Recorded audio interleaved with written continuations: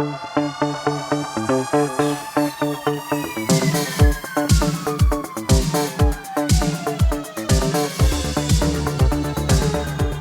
up, everyone? This is the Next Take podcast with Mikel and Tanyka. where we have a conversation on different topics. So today we're doing a bonus episode, and it is almost summer's almost over, basically. Yeah, So yeah, I'm for okay with it, honest to I'm God. sad. I'm sad. Honestly, I'm over this weather. No, I'm not. Um, I mean, I like it when it's tolerable, but I do not like it when it's, boiling hot, as I like to Mhm. call it, Satan's Yeah, house.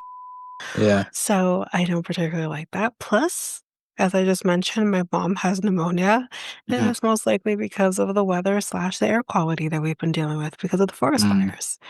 So, Mm. yeah, I think Oh yeah. pretty over it. Over You my know. house. So, Yeah.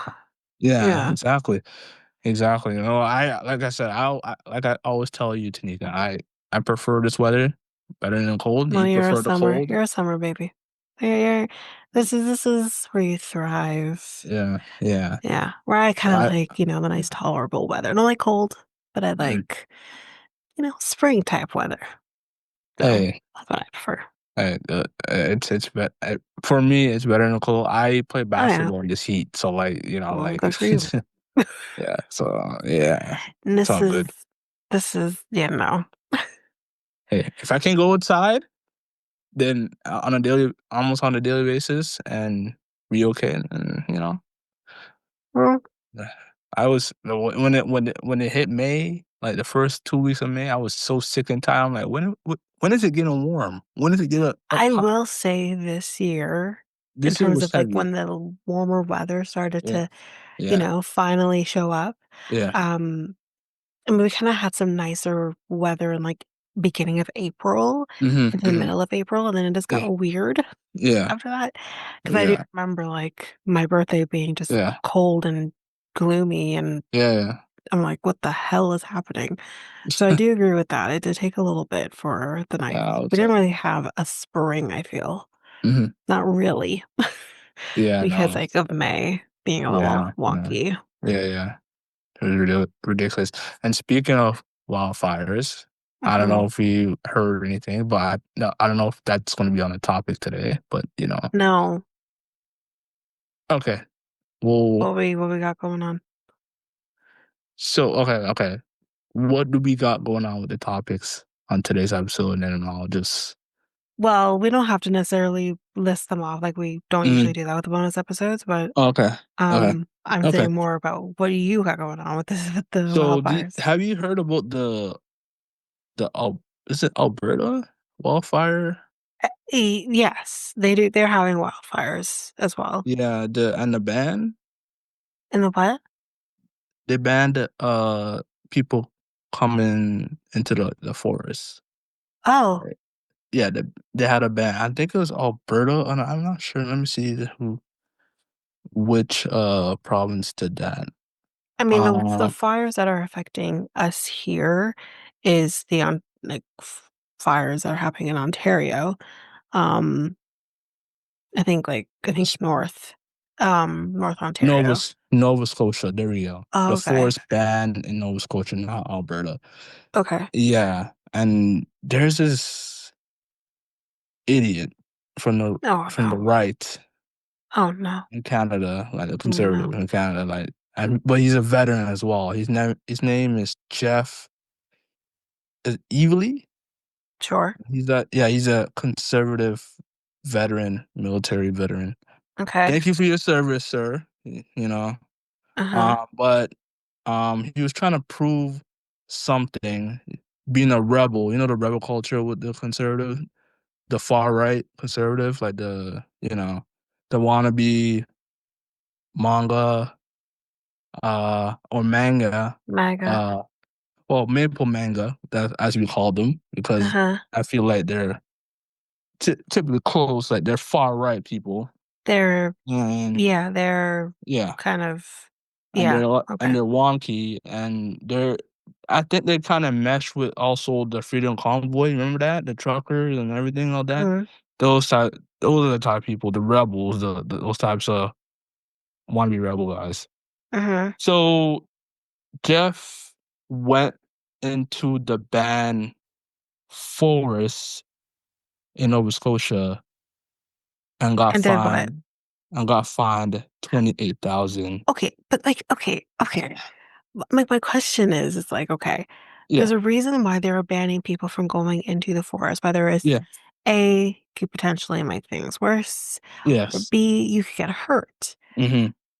So, what is your end goal, sir, by going into the forest that you're banned from doing Mm-hmm. to do what? And then you're slapped with a $28,000 fine. Like, what was the point of all of this? Like, thank you for your service, but what's the point of all of this? He said freedom. The, You the and your, government I'm and sorry, freedom.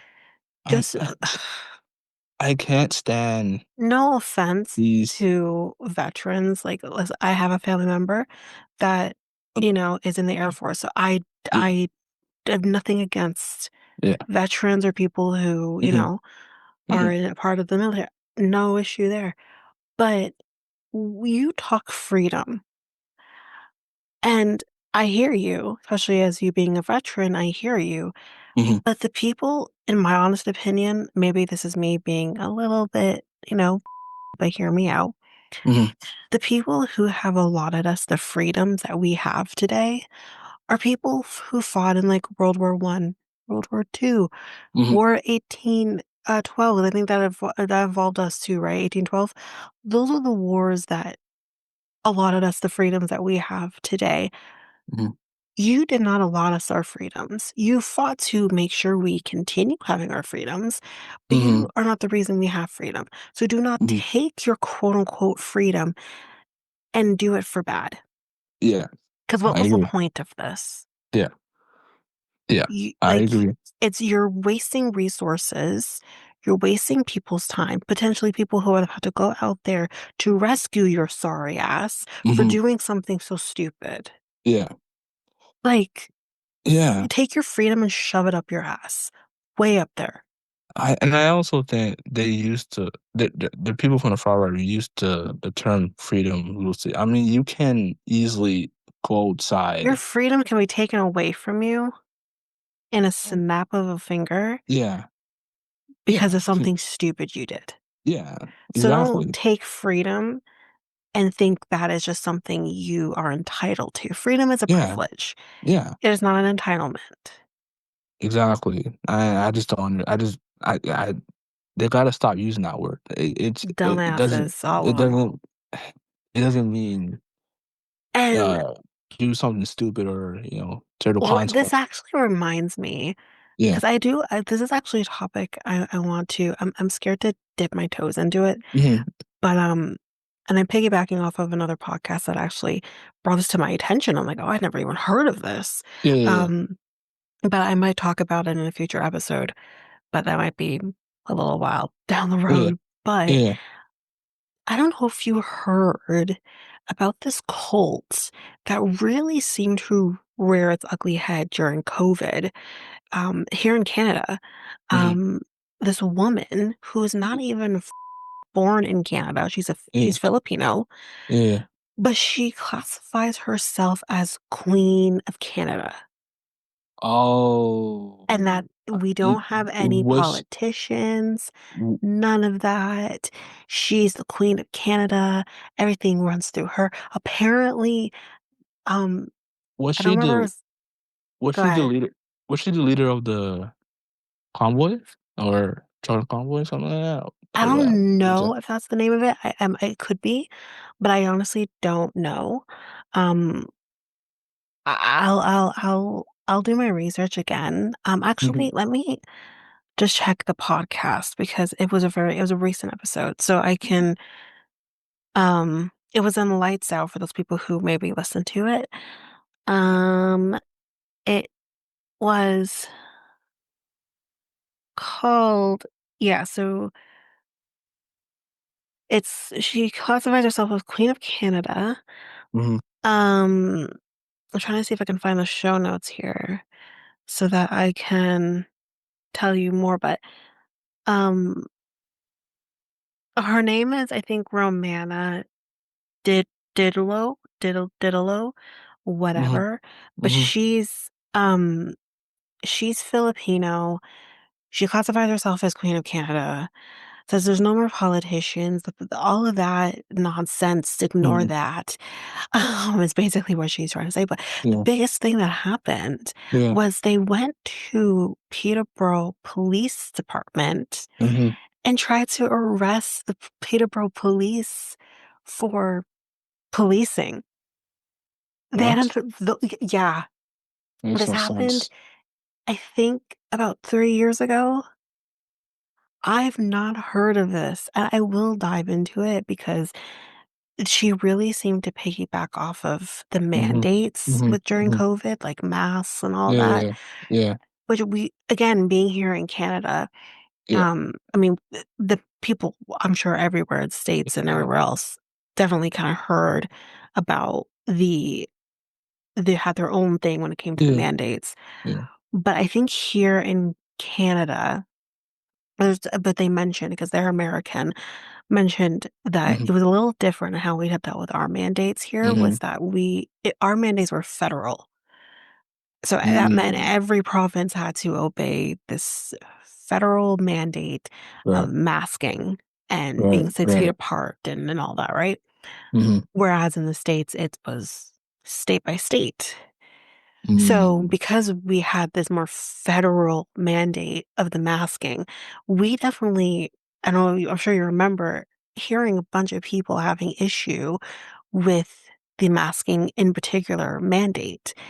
Um, and then obviously, like the vaccine was a whole different other thing because you're not only dealing with people having an issue with the vaccine itself, but they're also dealing with the anti-vaxxers.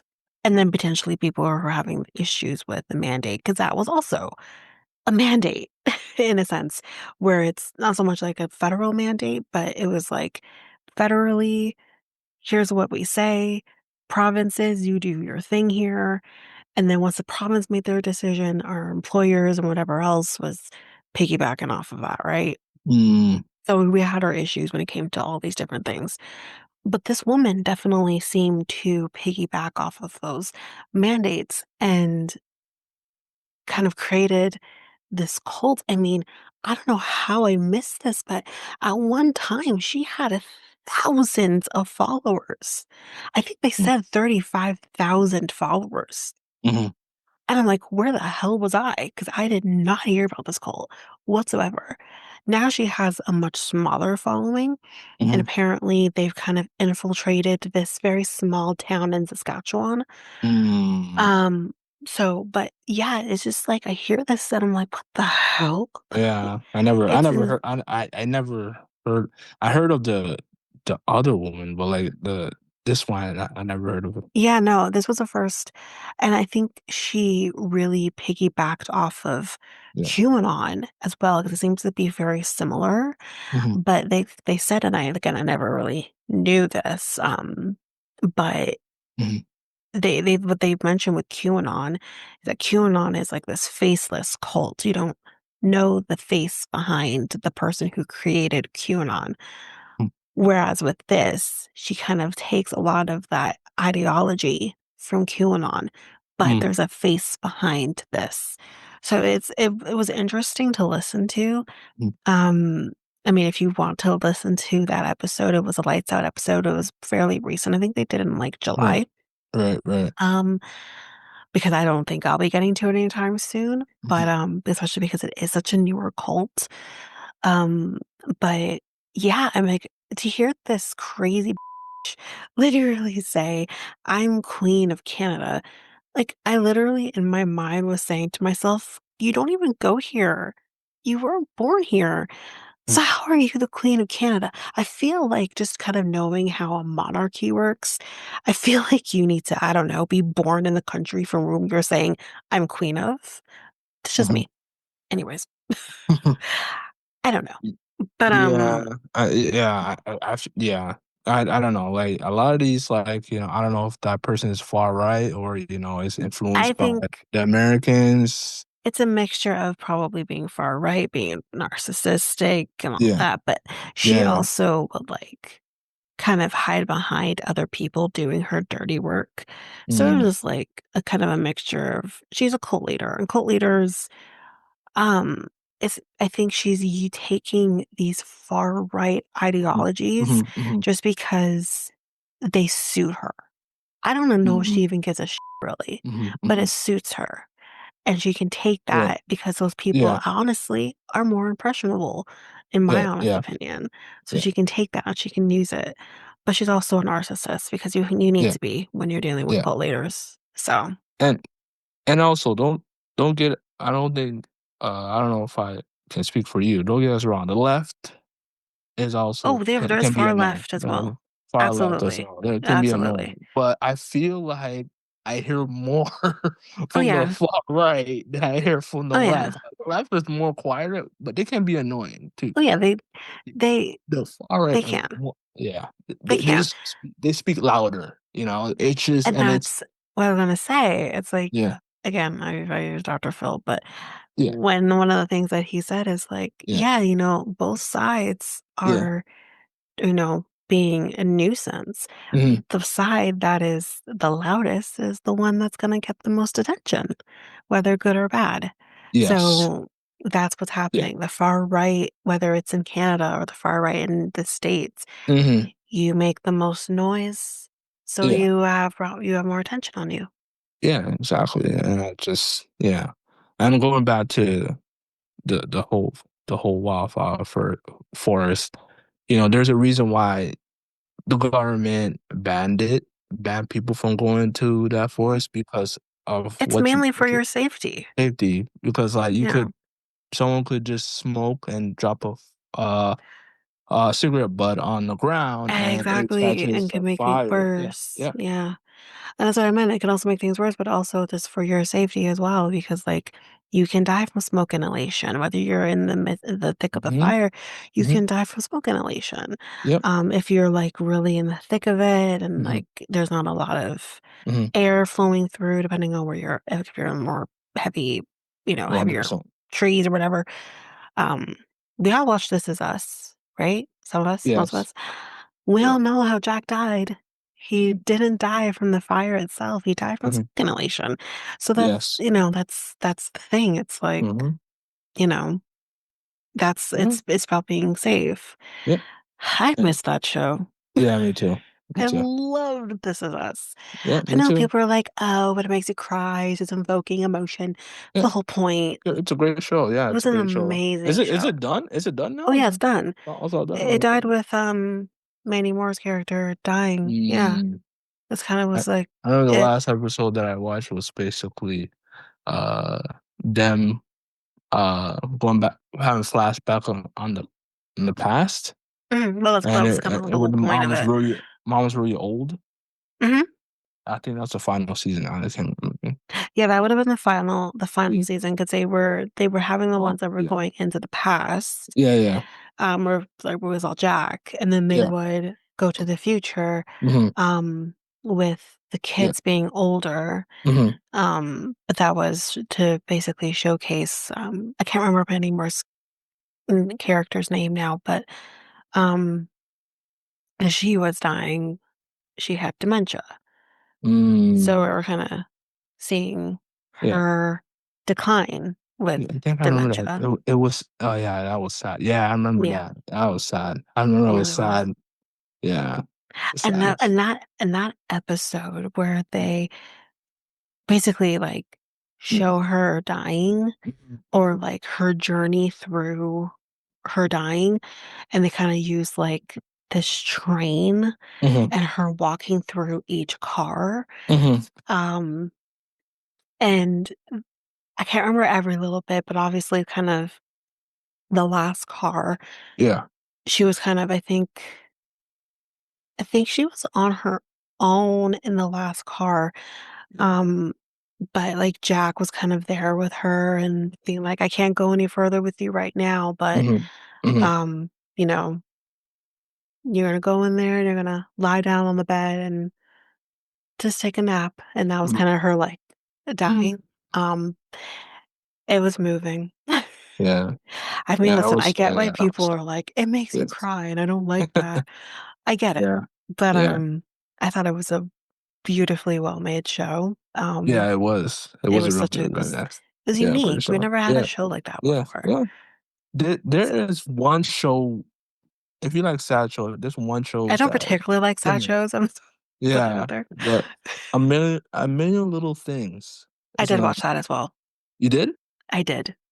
Because it was That, I was on during the same time as This Is Us, and it was the same yeah. creator as of This Is It's Us. really there's a same creator. I thought. Oh wow. Yeah, it's Okay. the same creator That makes of This sense Is though. Us. That makes Yeah. sense though, because like it It just didn't feels last, I like a don't think, little as long similar. as This Is Us, as many seasons. Uh-huh. But yeah, yeah, I watched that too. That That was a show great was incredible.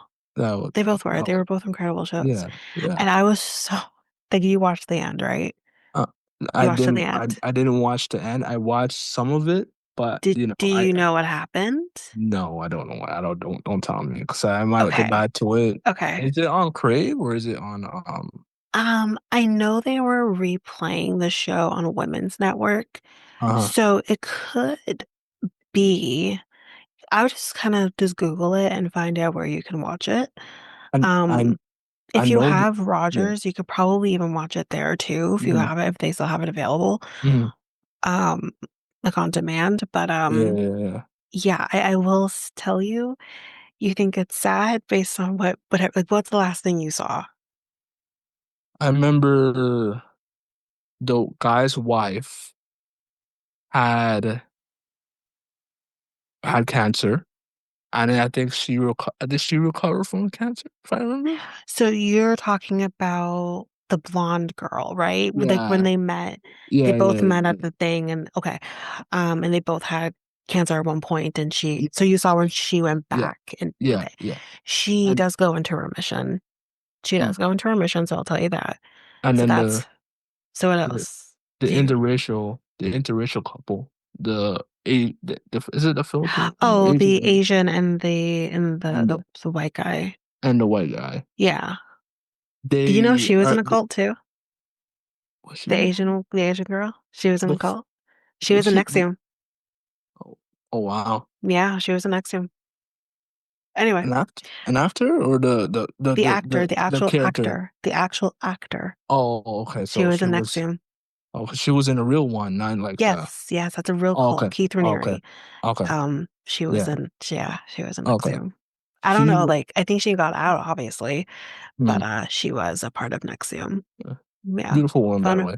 She is, she's beautiful. Yeah. But yeah, Yeah. She got cheated on by by the him. guy, by him. Yeah. So you He didn't was on the. see when okay, so you only saw when he cheated. You didn't see anything else Yeah. after that? Yeah. And they have the kids, right? They have one kid. They had a kid. Yeah, they have a kid from like their marriage. Yeah. Yeah. Yeah. But Yeah. Yeah. so you did you see that he also then has a kid with did you see that part? Shit, did I just say something I shouldn't No, have? it's okay. It's okay. I probably won't remember, but Okay. no, I don't remember that part. Um No. okay. So you're pretty early on then. Yeah, I'm Like probably you're like pretty early on in half. the Yeah. season, Is that one season? They the only have series. one season? I think you're only on the first season. Is it If how you many seasons haven't did they have? seen anything past him cheating on the wife Two, with two. what was her name? They Darla had or yeah, something like that. With the friend's wife, right? yeah, The one who's committed suicide. yeah, yeah. Right. And then So there's two you black haven't even couple. The black and couple then still there's left. the black cover. But Yeah, yeah. yeah, you're pretty early on if you don't know anything past that with that Uh, storyline. yeah, yeah. How many seasons were there? There two, right? There two or three. I feel like there was four. Oh wow, that's a lot. Yeah. Oh wow. Yeah. And that the director was working then. Yeah. This No, is us and it this. was well received, so they had more than one um Uh, season. So that I think there was so what? four. So okay. So what's the third project this director is doing? Because I need to follow I don't him. know. I don't know. Million Little Thing. I mean, This Is Us ended first, and then Million Yes. Little Things. Um, Million Little Things. I feel it's been over now for about a couple of years. Hmm. Um, so I haven't heard anything, but yeah. Hmm.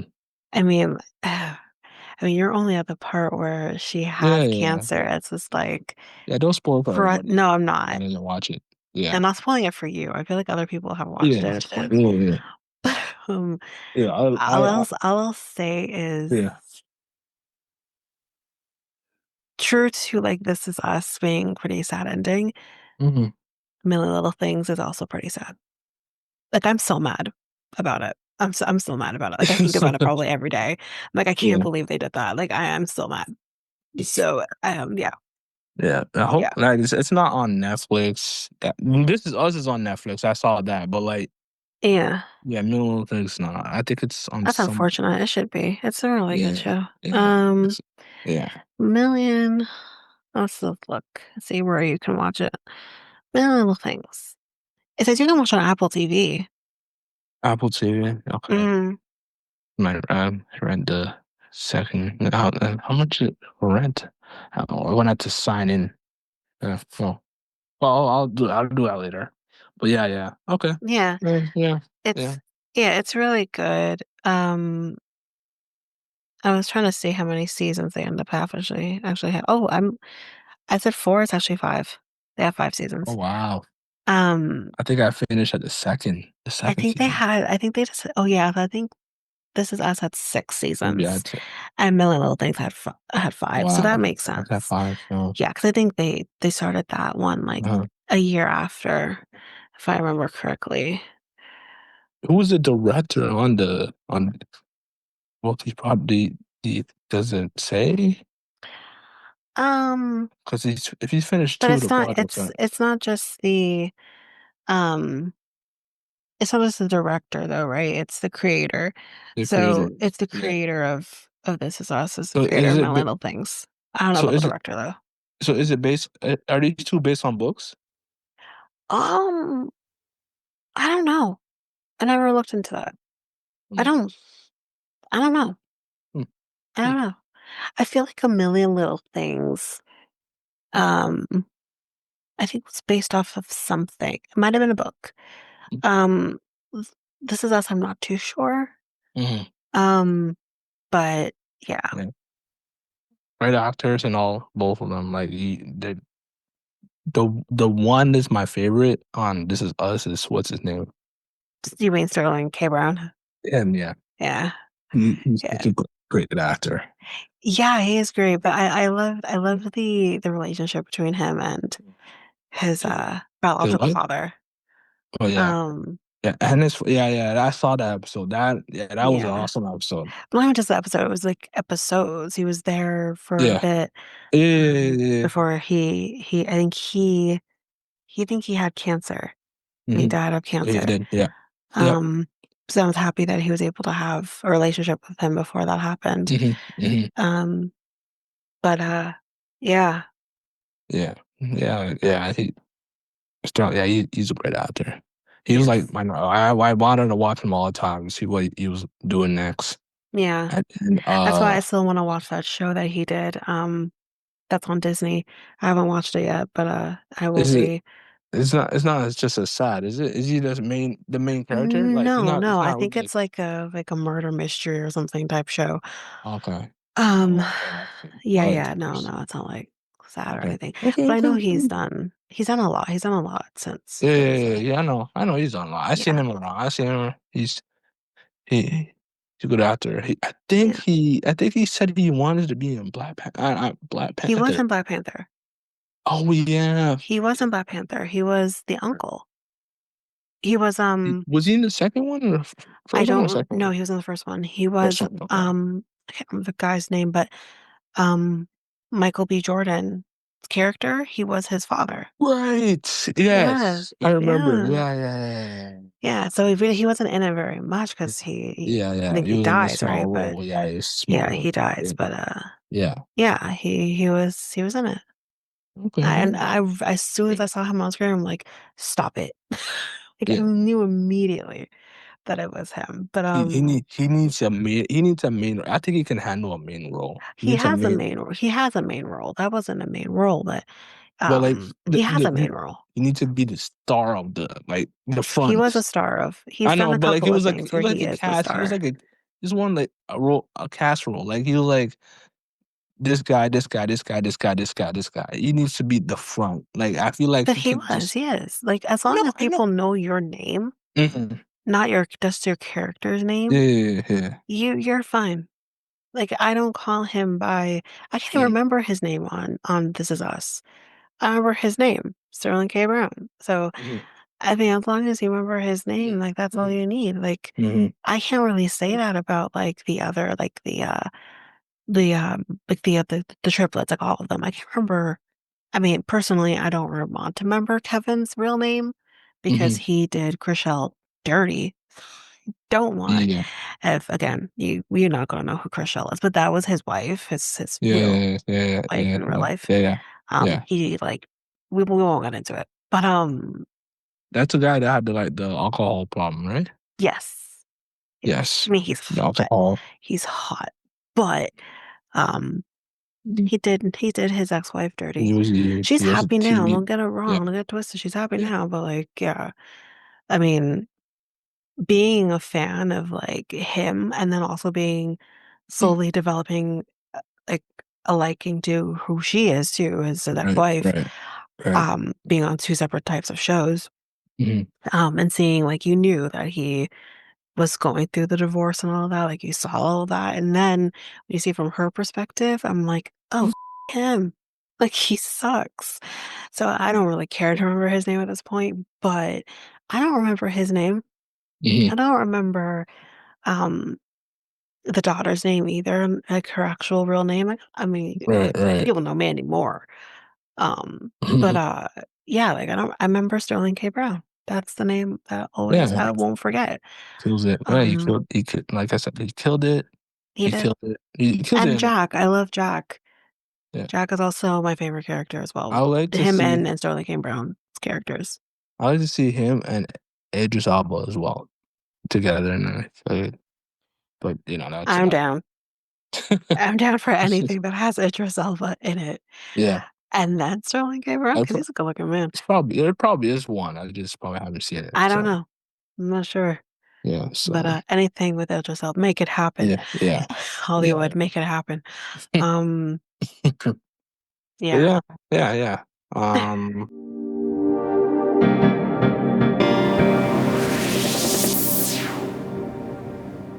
I think a lot of our true crime peoples will know this already, but this is an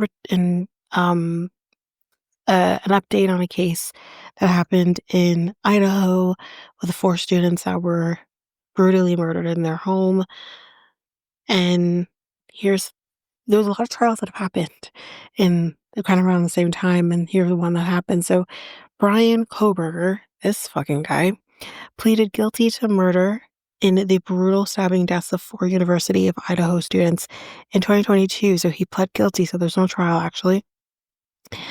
And that stunned and terrified the campus and set off a nationwide search, which ended weeks later when he was arrested in Pennsylvania. Koberger, who was a criminal justice graduate student at nearby Washington State University, admitted to the slayings before entering a formal guilty plea and deal with prosecutors that will allow him to avoid the death penalty, because he would have gotten it most likely. He had been set to go to trial in August. The small farming community of I don't think it's Moscow, so I think it's Moscow, I believe, in the northern Idaho panhandle, had not yet had a homicide in about 5 years when Kaylee Gonsalves, Ethan Chapin, Zaina Kernodle, and Madison Mogan were found dead at a rental home near campus on November 13th, 2022. Autopsies showed each of the 4 victims were stabbed multiple times and some had defensive wounds. Koberger killed Mogan and Gonsalves together and then ran into Kernodle, who was still awake. Lata County prosecuting attorney Bill Thompson said at the hearing he then stabbed Kernodle and her boyfriend Chapin, who was still asleep, Thompson said. Family members became increasingly emotional as Idaho 4th Judicial District Judge Stephen Hippler explained each charge to Koberger, naming each victim individually. Some cried into tissues, while others wiped tears with their hands.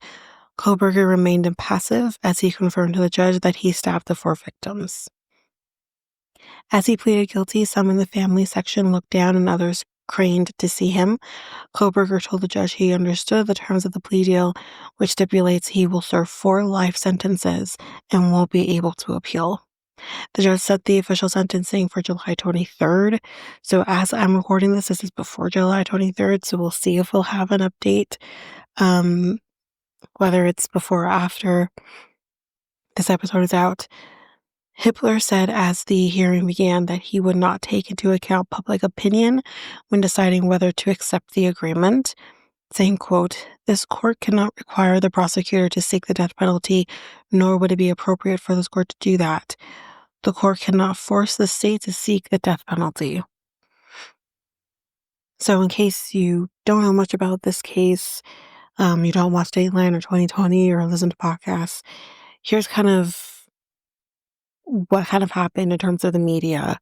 So the killings grabbed headlines around the world and set off a nationwide hunt, including an elaborate effort to track down a white sedan spotted on surveillance cameras repeatedly driving by the rental home.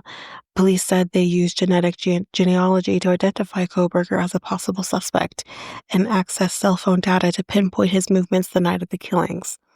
At the time, Koberger was a criminal justice graduate student at nearby Washington State University who had just completed his first semester and was a teaching assistant in the criminology program. Koberger was arrested in Pennsylvania, where his parents lived, weeks later.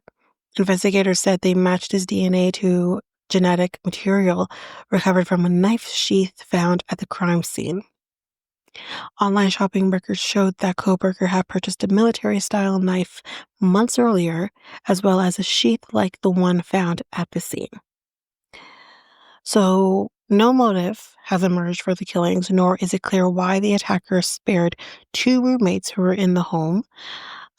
Personally, for me, I think the motive is as simple as opportunity.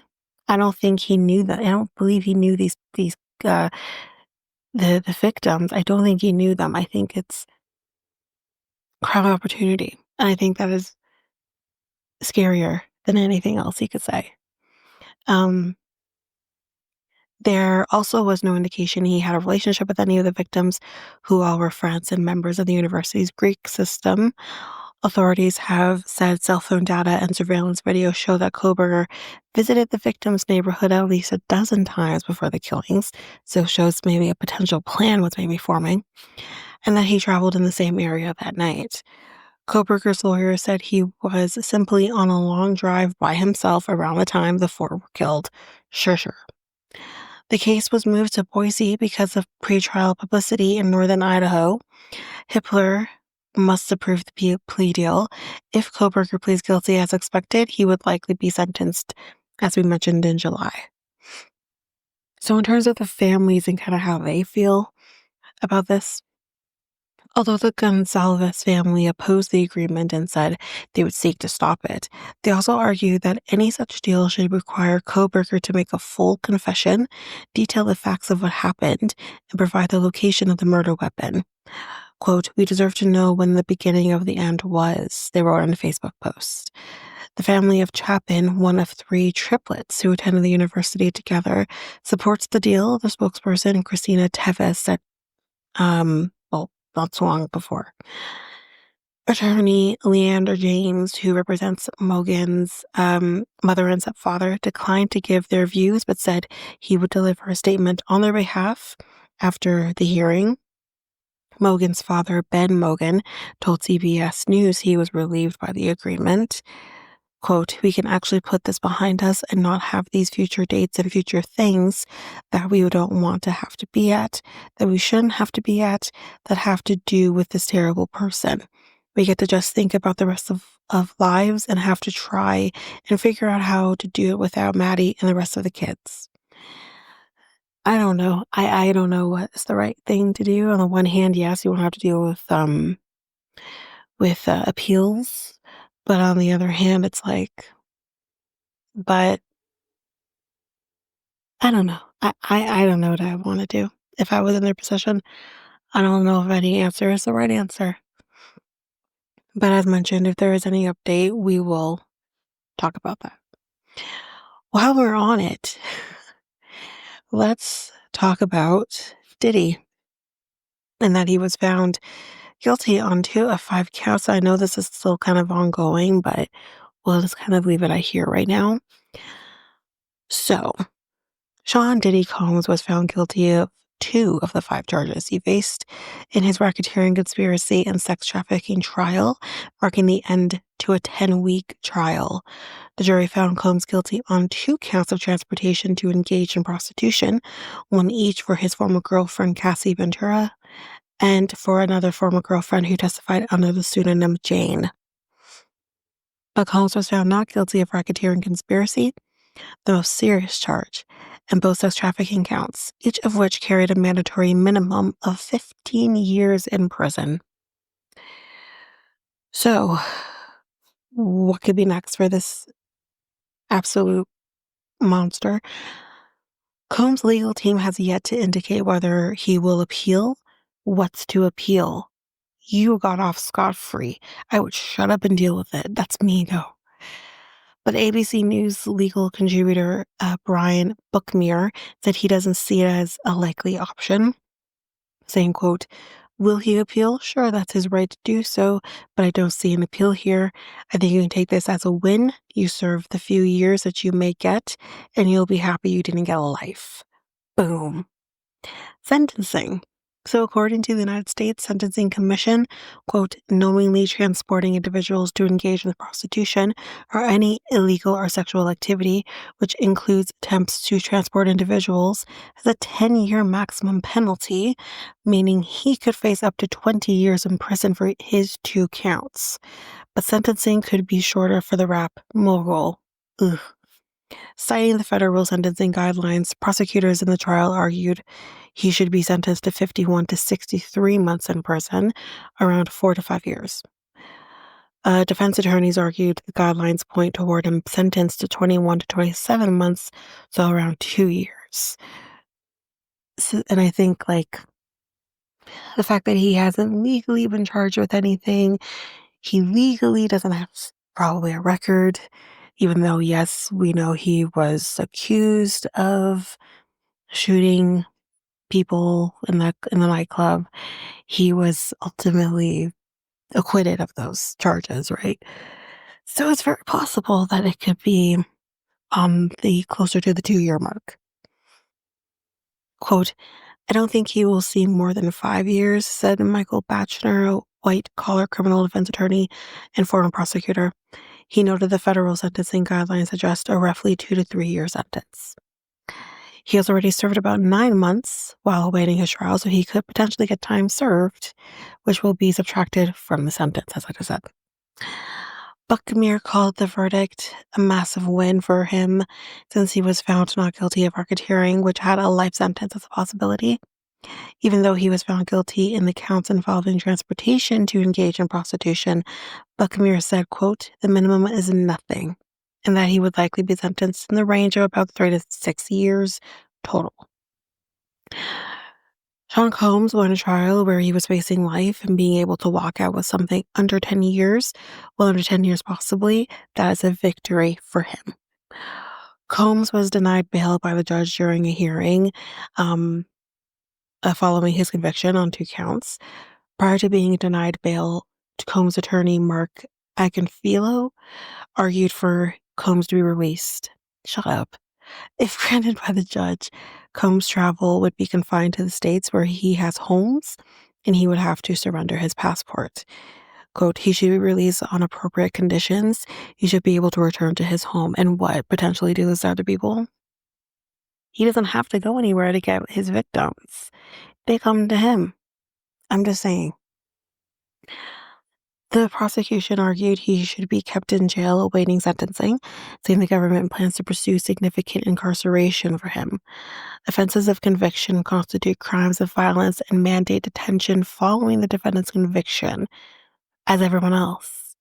Prosecutors said in a filing ahead of a 5 p.m. bail hearing. Additionally, they argue Combs is a flight risk and a danger, despite the defense's assertions otherwise.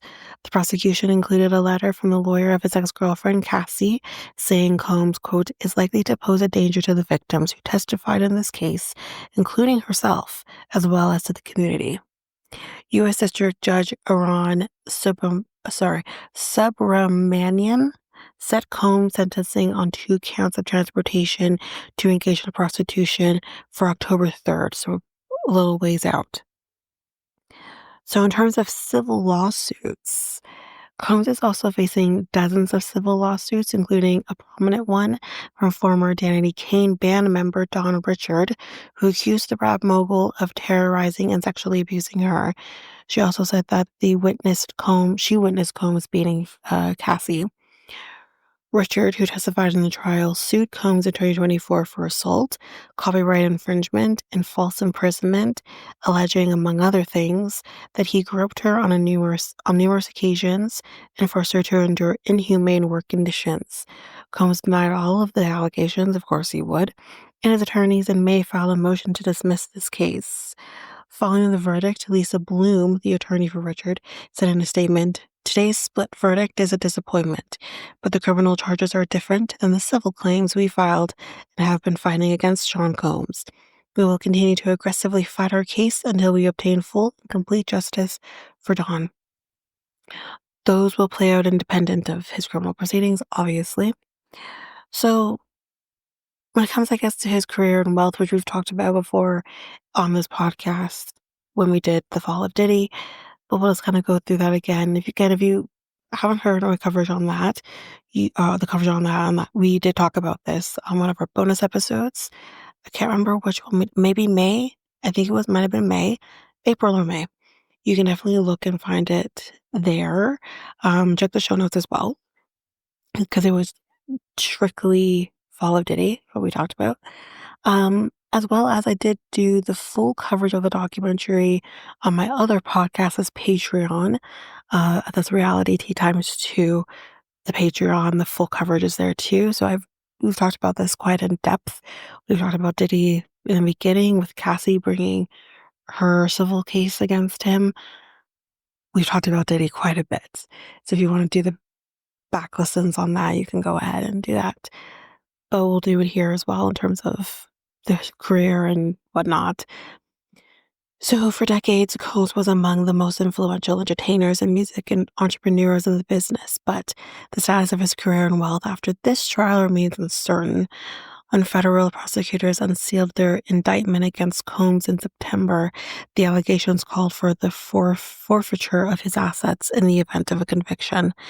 With Combs being guilty on transportation charges, assets like his private jet, if used to transport sex workers or clients, could be seized, an expert told ABC News.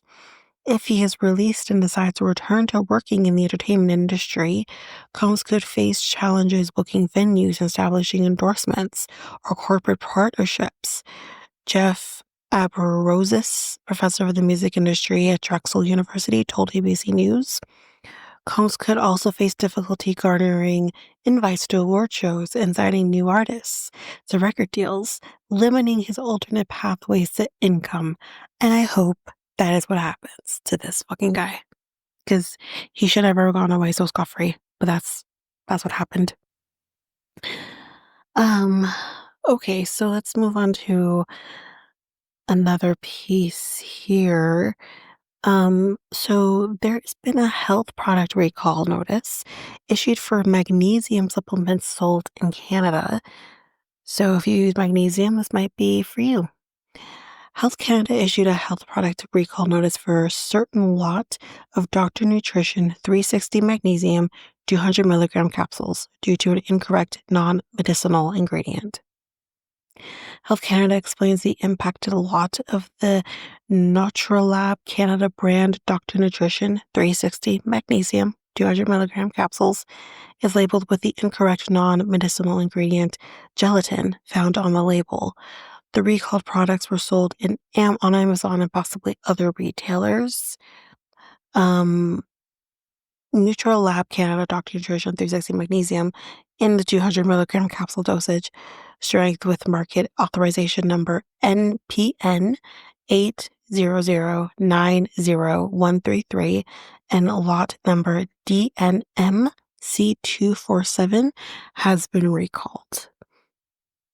Consult your healthcare professional if you have any health concerns, Health Canada said. So you can report any health product related side effects or health product safety complaints to Health Canada. So how to kind of report that issue? You can report a food certain concern or complaint to the Canadian Food Inspection Agency online. Consumers can report any health or safety incidents related to the use of products by filling out a Consumer Product Incident Report form. You can check for more recall notices published by Health Canada and CFIA online as well. So that's kind of that. Let's move on to the next. So we've talked about sharks before on this podcast very briefly. So great white shark surprises paddle. Oh no, this is going on in another episode. Scratch that. Okay, so we have another recall. This time it's Walmart. So Walmart recalls 850,000 water bottles after two customers suffer permanent blindness from exploding caps. So Walmart has recalled 850,000 water bottles after two customers reported blindness after being hit in the face by exploding caps. The Ozark Trail water bottles also caused other injuries, and the Consumer Product Safety Commission said the screw cap lid on the stainless steel water bottles, which hold 64 ounces, may forcefully eject when opening them after they have been used to hold food or beverages for a period of time. That seems violent. The CPSC has received 3 reports of customers being hit in the face by the lids, with 2 people permanently going blind after being struck in the eye. Walmart has sold the bottles nationwide since 2017.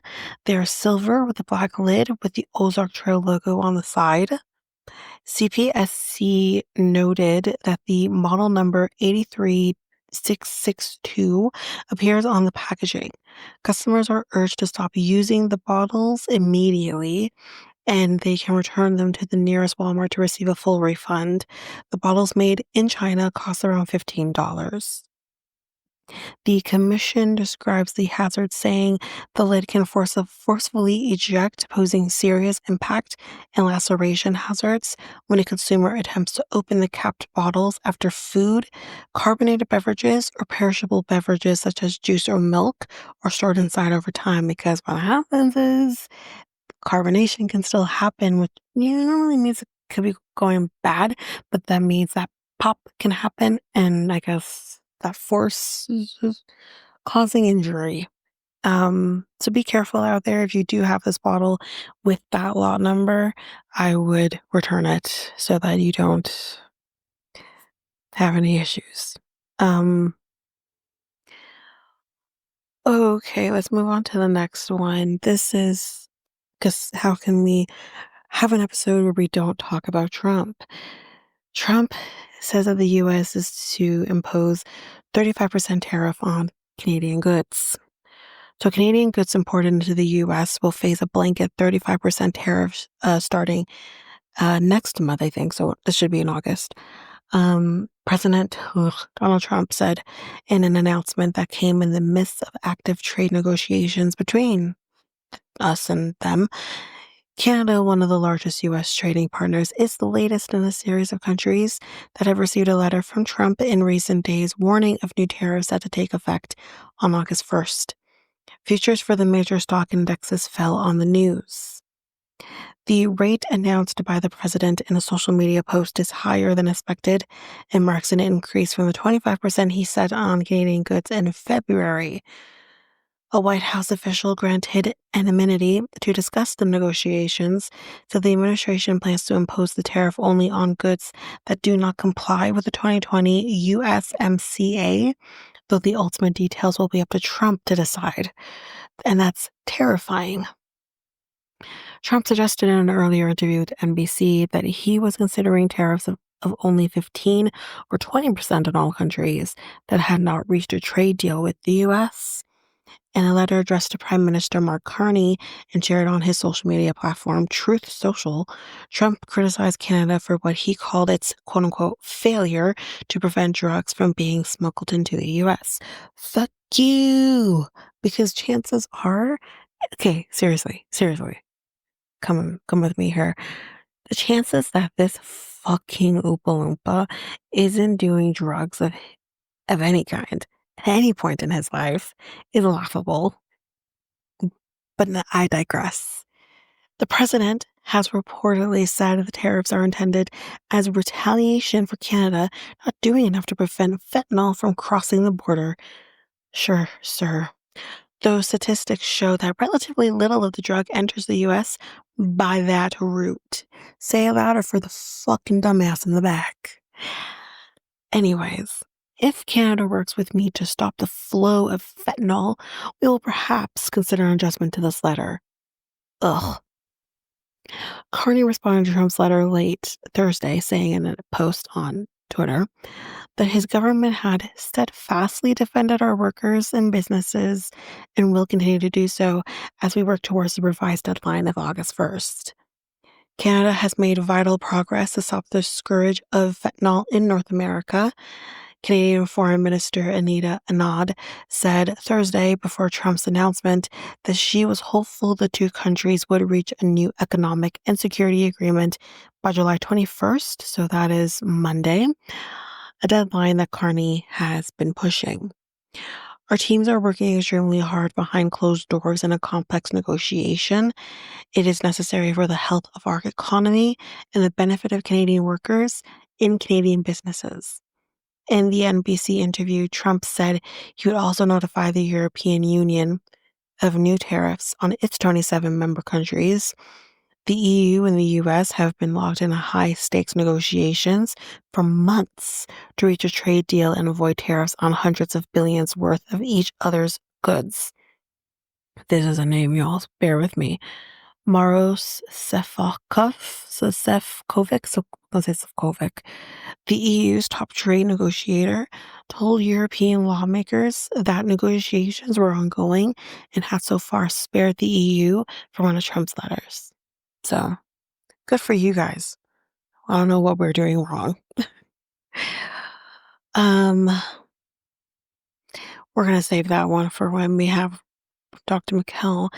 This is just a little bit of a fun one. I want to do a fun one, and after that, I want to do a fun one. We've kind of talked about. I don't know if I should really talked about this before, but I'm a huge fan of The Mummy. Huge fan, and the original, particularly. With my love also extending out to the second one, but the first one all the way. Woo woo. Um, huge fan, love it. Been watching it since I was a kid. So this touched my heart. But Brendan Fraser and the rest of the Mummy cast, or some of them, not everybody, we'll talk about who, reunite 26 years after the film's release. And there's a picture online if you want to go check it out. But it's warms my heart. So the Mummy cast had a major reunion nearly 30 years after the blockbuster movie was made. Brendan Fraser, who played Rick O'Connell, and Patricia Velasquez, who played Inox on the Moon, John Hannah, who played Jonathan, our sweet Jonathan, and Oded Fair, who played Ardeth Bay.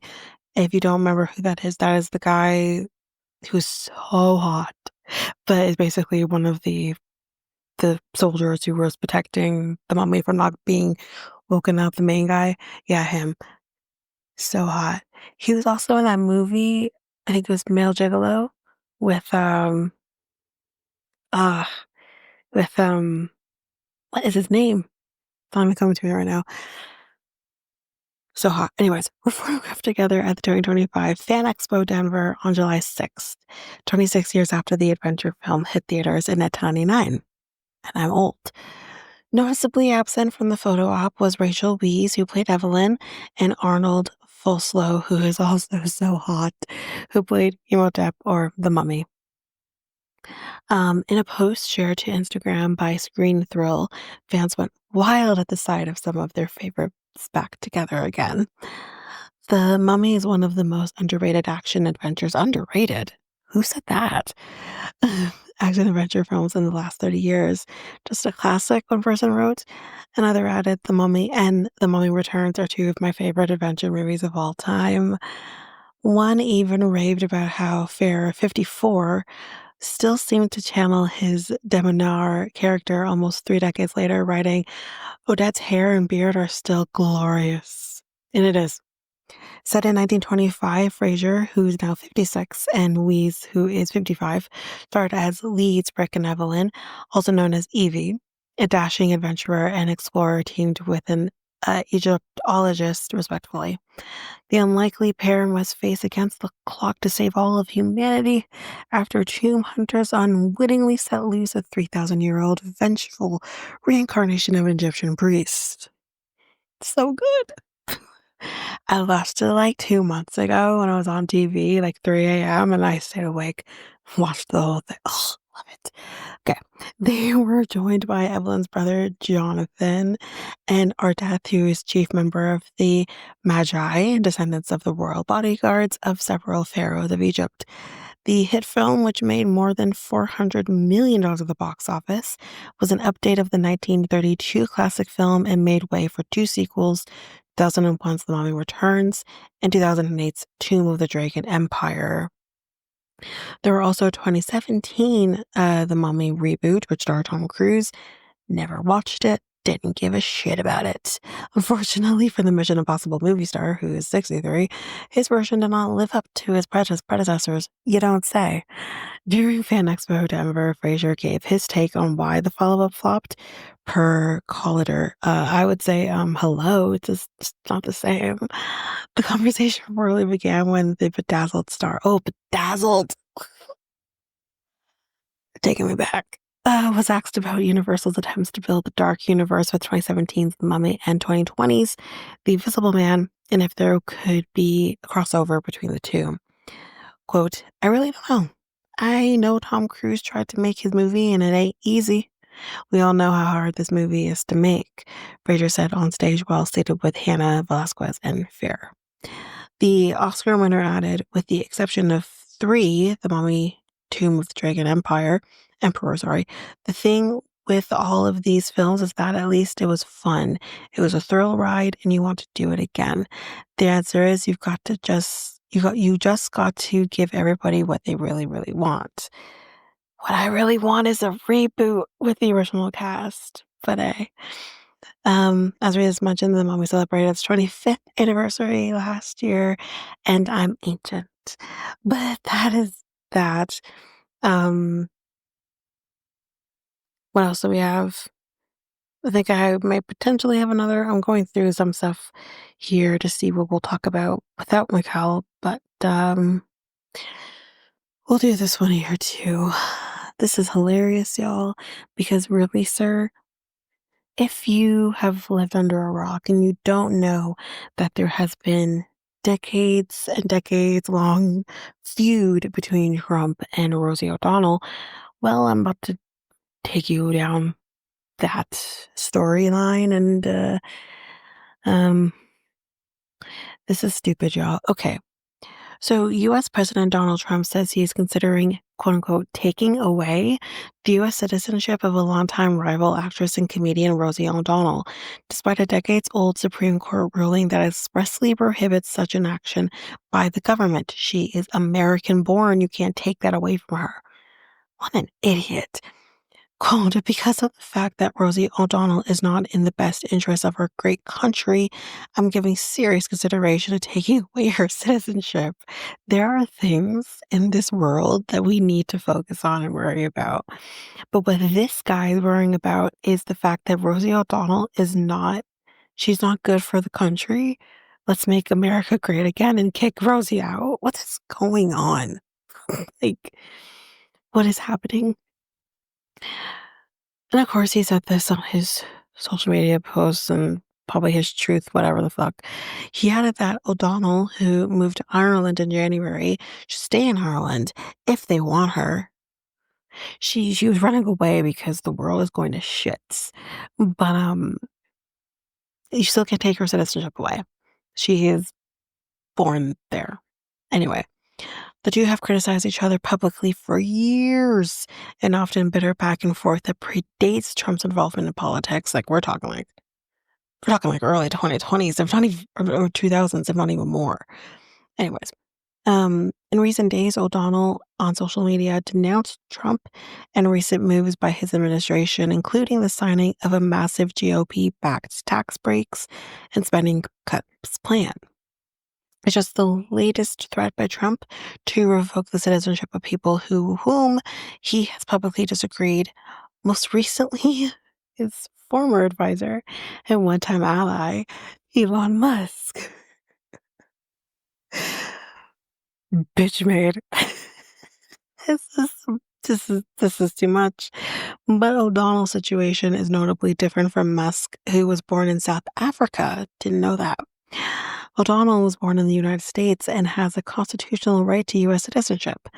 The U.S. State Department notes on its website that U.S. citizens by birth or naturalization may relinquish U.S. nationality by taking certain steps, but only if the act is performed voluntarily and with the intention of relinquishing U.S. citizenship. Amanda Frost, a law professor at the University of Virginia School of Law, noted the Supreme Court ruled in a 1967 case that the 14th Amendment of the Constitution prevents the government from taking away citizenship.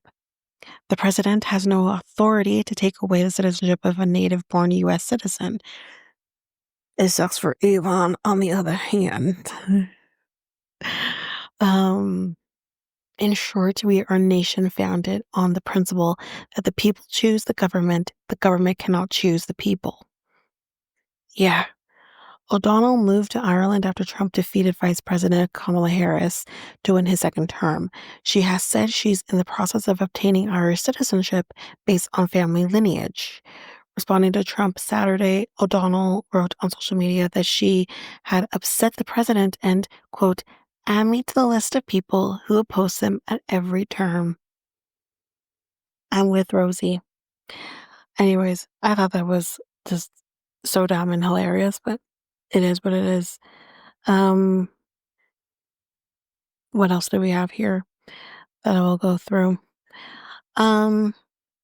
So we talked about this before. We talked about the new roller coaster that was being built for the new season of Wonderland. So there's been some issues, apparently. It's been plagued with some issues, so we'll go through that. Thrill seekers flocked to Canada's Wonderland on Saturday for the debut of the park's new record-breaking launch coaster, Alpine Fury.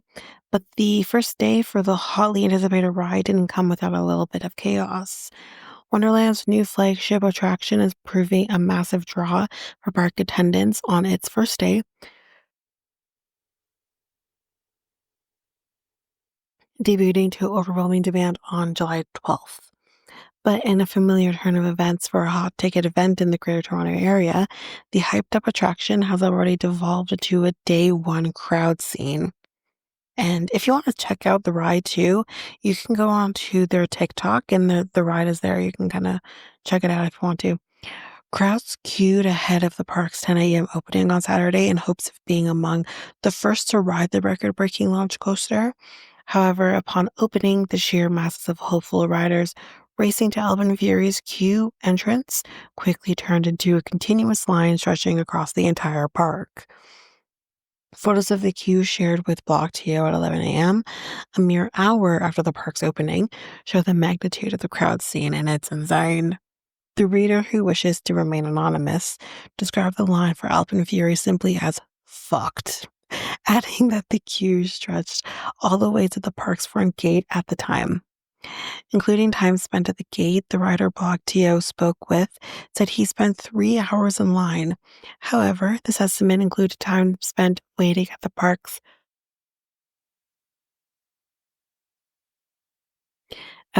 entrance and may even be shorter than most waits on Saturday, thanks to the visitors' use of the attraction's single rider line. One social media user even cautioned visitors to not bother seeking out the ride entrance and instead suggested hopeful Alpenvery riders join the queue directly next to the park's main fountain. Making matters worse, the already lengthy queue, with no available shade and temperatures feeling as high as 40 degrees Celsius because we've been in a heat wave, was forced to wait it out during an apparent ride stoppage on Saturday morning that briefly stalled the flow of riders. Wonderland spokesperson Grace Peacock tells Block TO that the ride experienced a minor delay that temporarily pauses operation. Our operations and maintenance team conducted a thorough review and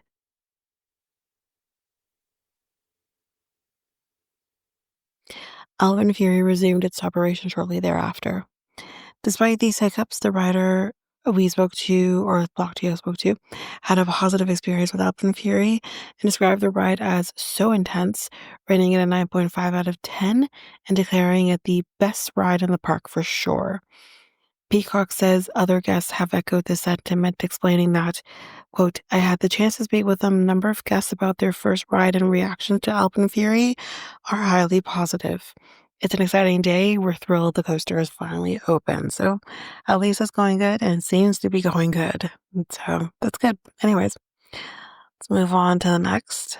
So we've kind of talked about this before previously, but we kind of talked about the fact that Buffy the Vampire Slayer is getting a sequel and kind of it's kind of, up in the air as to what we were going to be getting. There's rumors, but we maybe have a little bit of an update or some form of an update. So let's go through that. So, yeah, so Buffy the Vampire Slayer is getting a sequel series, and an Oscar winning director is attached to the project.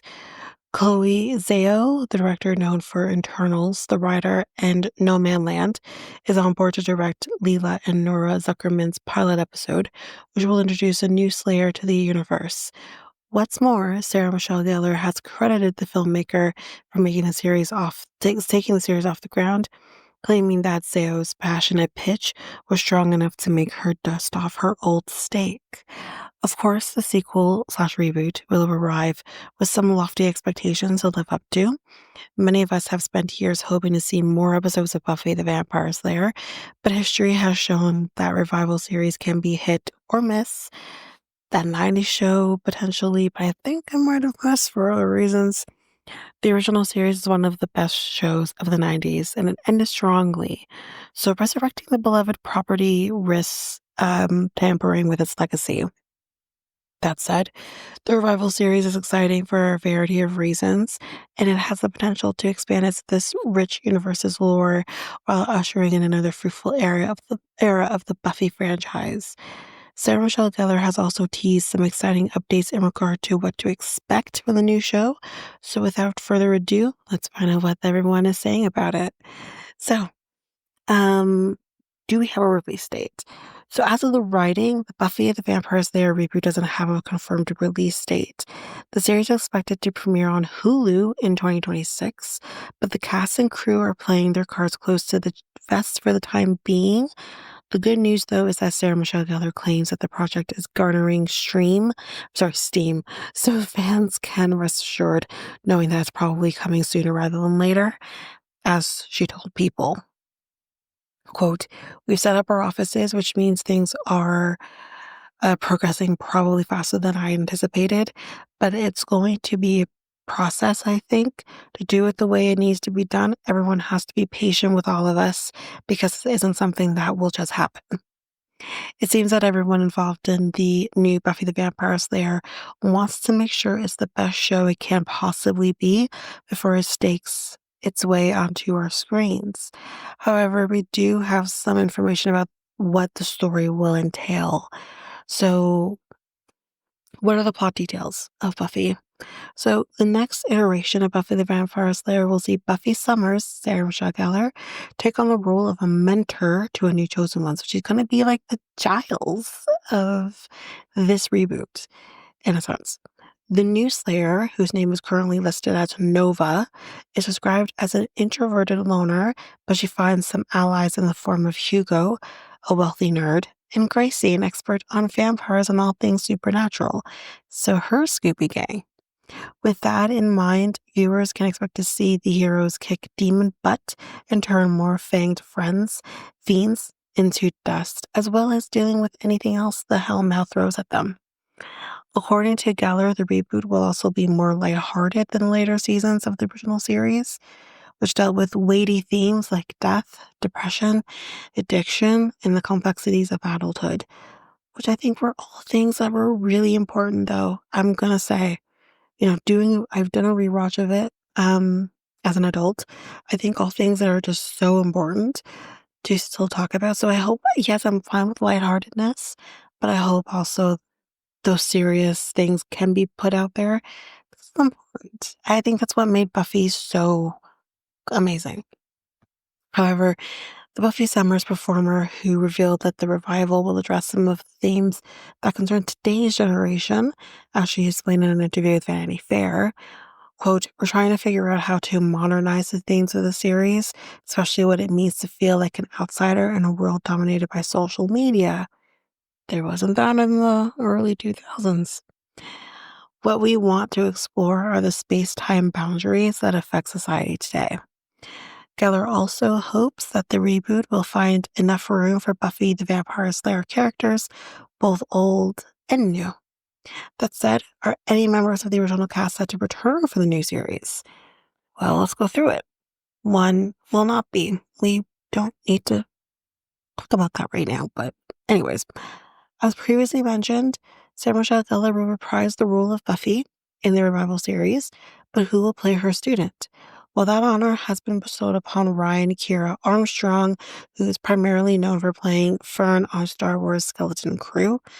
Armstrong is only 15 years old at the moment, but Gellar believes that she is more than ready to play the chosen one and meet the demands of a Buffyverse project. As she told Deadline, quote, "From the moment I saw Ryan's audition, I knew there was only one girl that I wanted by my side. To have that kind of emotional intelligence and talent at such a young age is truly a gift. The bonus is that her smile lights up even the darkest room." As it stands, Geller and Armstrong are the only confirmed cast members, but the OG star hopes they are joined by some blasts from the past. In the aforementioned interview with Vanity Fair, Geller revealed that she wants to bring back some of the dead characters from the original series and integrate, them with the newbies. Elsewhere, Charisma Carpenter has already stated that she's willing to return as Cordelia. But James Marsters, Alison Hannigan, Nicholas Brendan, and David Bornandez, sorry, have yet to officially throw their names to the crypt. Can they? I mean, we need James Marsters, as far as I'm concerned. Alison Hannigan, absolutely. Of course, we need Nicholas Brendan. He needs to be there. And where can we go with that angel? Like, where? Anyways, in more heartbreaking turn of events, I guess we're talking about it. The death of Michelle Trachtenberg, who played Buffy's younger sister Dawn in the original series, means that she won't be part of the reboot, obviously. Poor Dawn. Or hopefully other original cast members will be able to return in some capacity. Can we get Giles back at some point, please? He's still acting. I watched a show with him like a year ago. Um, but if they can't, at least their previous adventures are still available to watch and enjoy. Disney, um, I think Hulu in general, that's Disney, Hulu, yeah. So where to watch it, I think we just talked about that, but where to watch it in case you want to. The Buffy the Vampire Slayer revival will probably be accessible to viewers who aren't familiar with the original series. You should be, okay, sorry, here's what I think.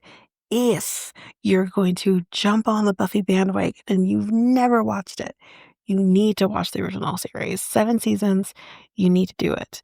Um, I think it's important to have that backstory of where Buffy came from before, you know, um, that's where I'm at. But But knowing what happened before will undoubtedly enhance the experience, as I just said.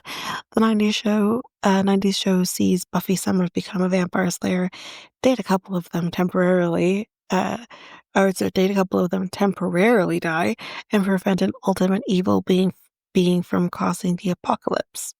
That's a few times. And that's only the Cliff Note version of her backstory. Her friends and foes also experience some drama, so there are a lot of compelling stories for viewers to sink their teeth into. No pun intended.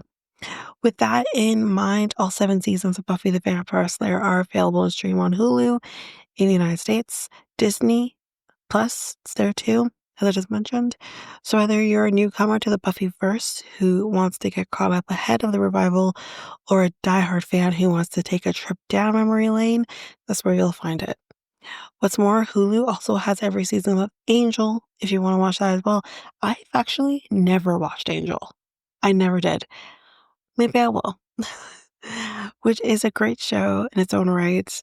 Buffy Summers isn't an integral part of the series, but it's well worth checking out if you want to understand the ins and outs of the Buffyverse as a whole.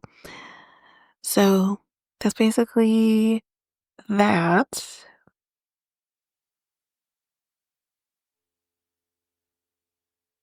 All right, so I have one more piece here on my own. And I think we'll kind of just end it out at that point.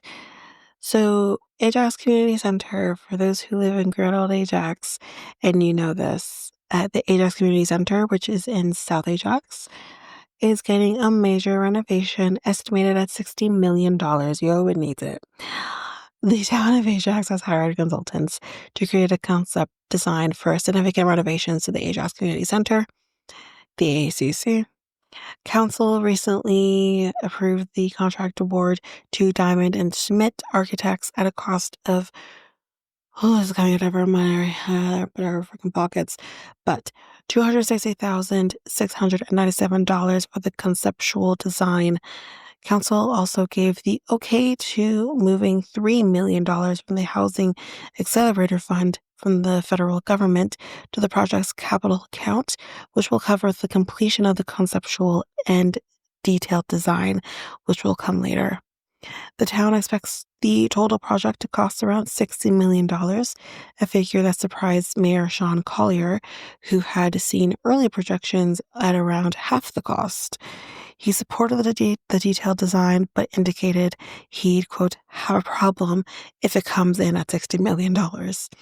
That's not a small increase, you think? That's a significant increase. Thank you, Mayor Collier. Thank you.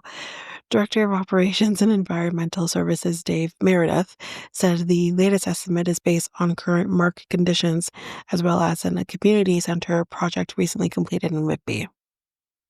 Once the conceptual design work is completed, there will be a more detailed estimate for the costs. Right now, $60 million is an estimate without really getting into any level of detail. So, some key elements of the facility, this is what's going to happen. Accessible upgrades, a new gym, an indoor walking track, a warm water teaching therapy pool. That sounds amazing. Dedicated pickleball courts, renovated community rooms, including the HMS Ajax room, new fitness center and Ajax Wall of Fame, renovated lobby and change rooms, elimination or renovation of existing squash courts, upgraded security systems, a new facility-wide paging system, a backup power generator as well. So, I mean, this sounds phenomenal. I think our community center really needs it personally. As a person who is, been living in Ajax pretty much my entire life and has been to that community center many a time in my life, it needs it.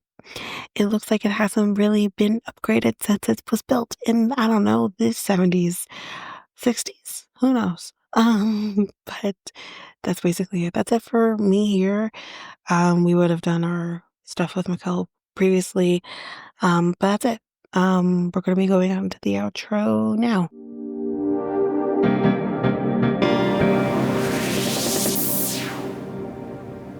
So apparently, the tourism sector in New York right now Mhm. is hurting.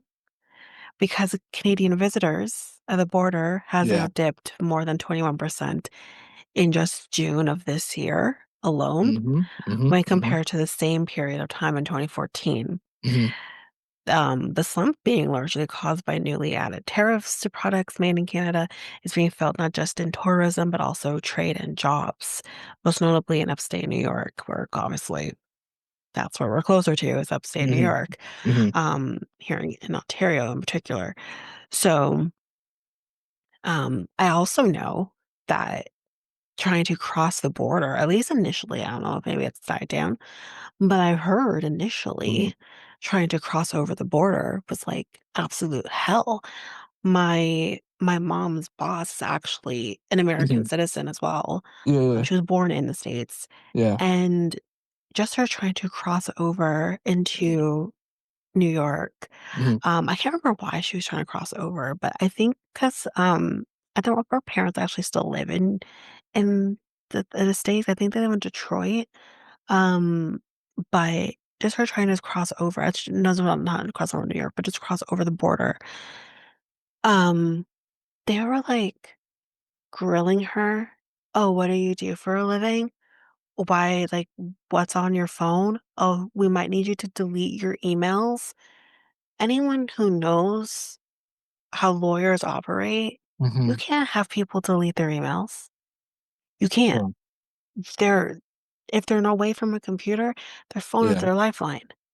Right. Like, what? And this was and even, like, what her mother apparently does as well has become a huge issue as well, Right. Yeah. in terms of with these tariffs and everything. So, like, it's become an issue I heard there's a fee now that you have to pay to f get to pass the over the border. yes, there's Ugh, that's how I heard like that they're and looking that's a at like deterrent. the government the US government is looking into doing Yeah, some and type of that's a fee. I deterrent don't for people.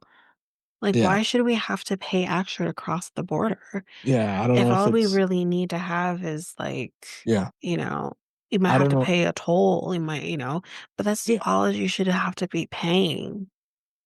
Yeah. Not I don't know if it's for immigrants. I don't know if it's for Well, we would be considered immigrants if we're not yeah. immigrants in that sense, but we're tourists, right? Yeah. We're Yeah. not from there. So, like, Mhm. Mhm.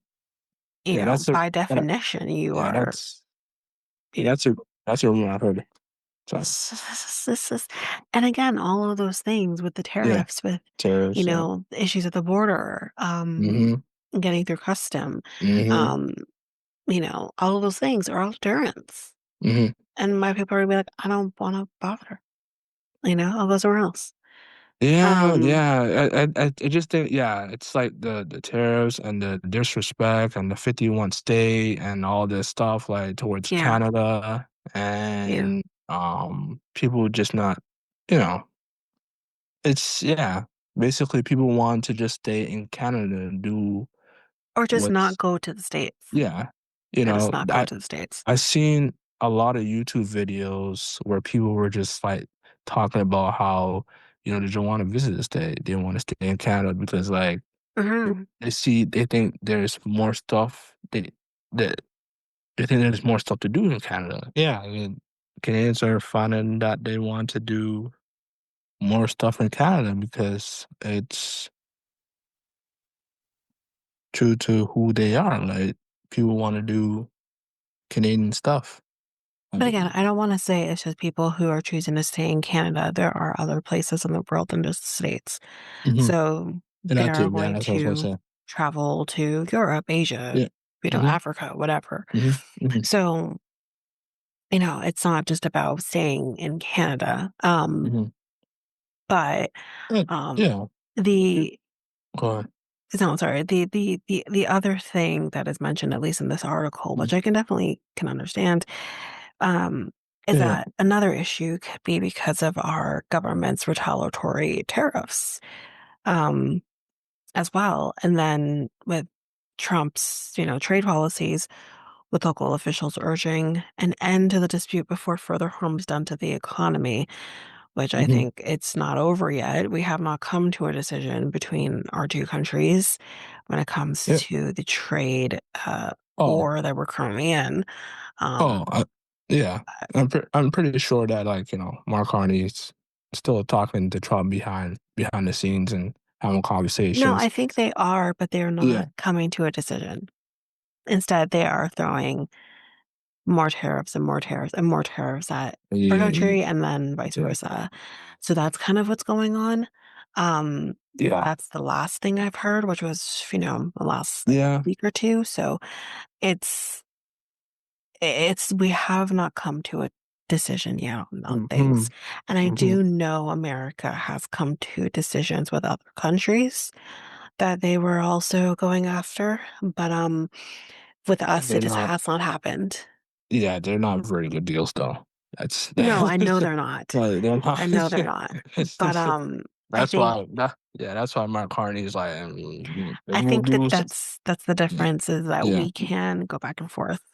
yeah. We I think us I guess we feel like we're not in a position that we can bow down to him. We don't have to Yeah. bow down to him.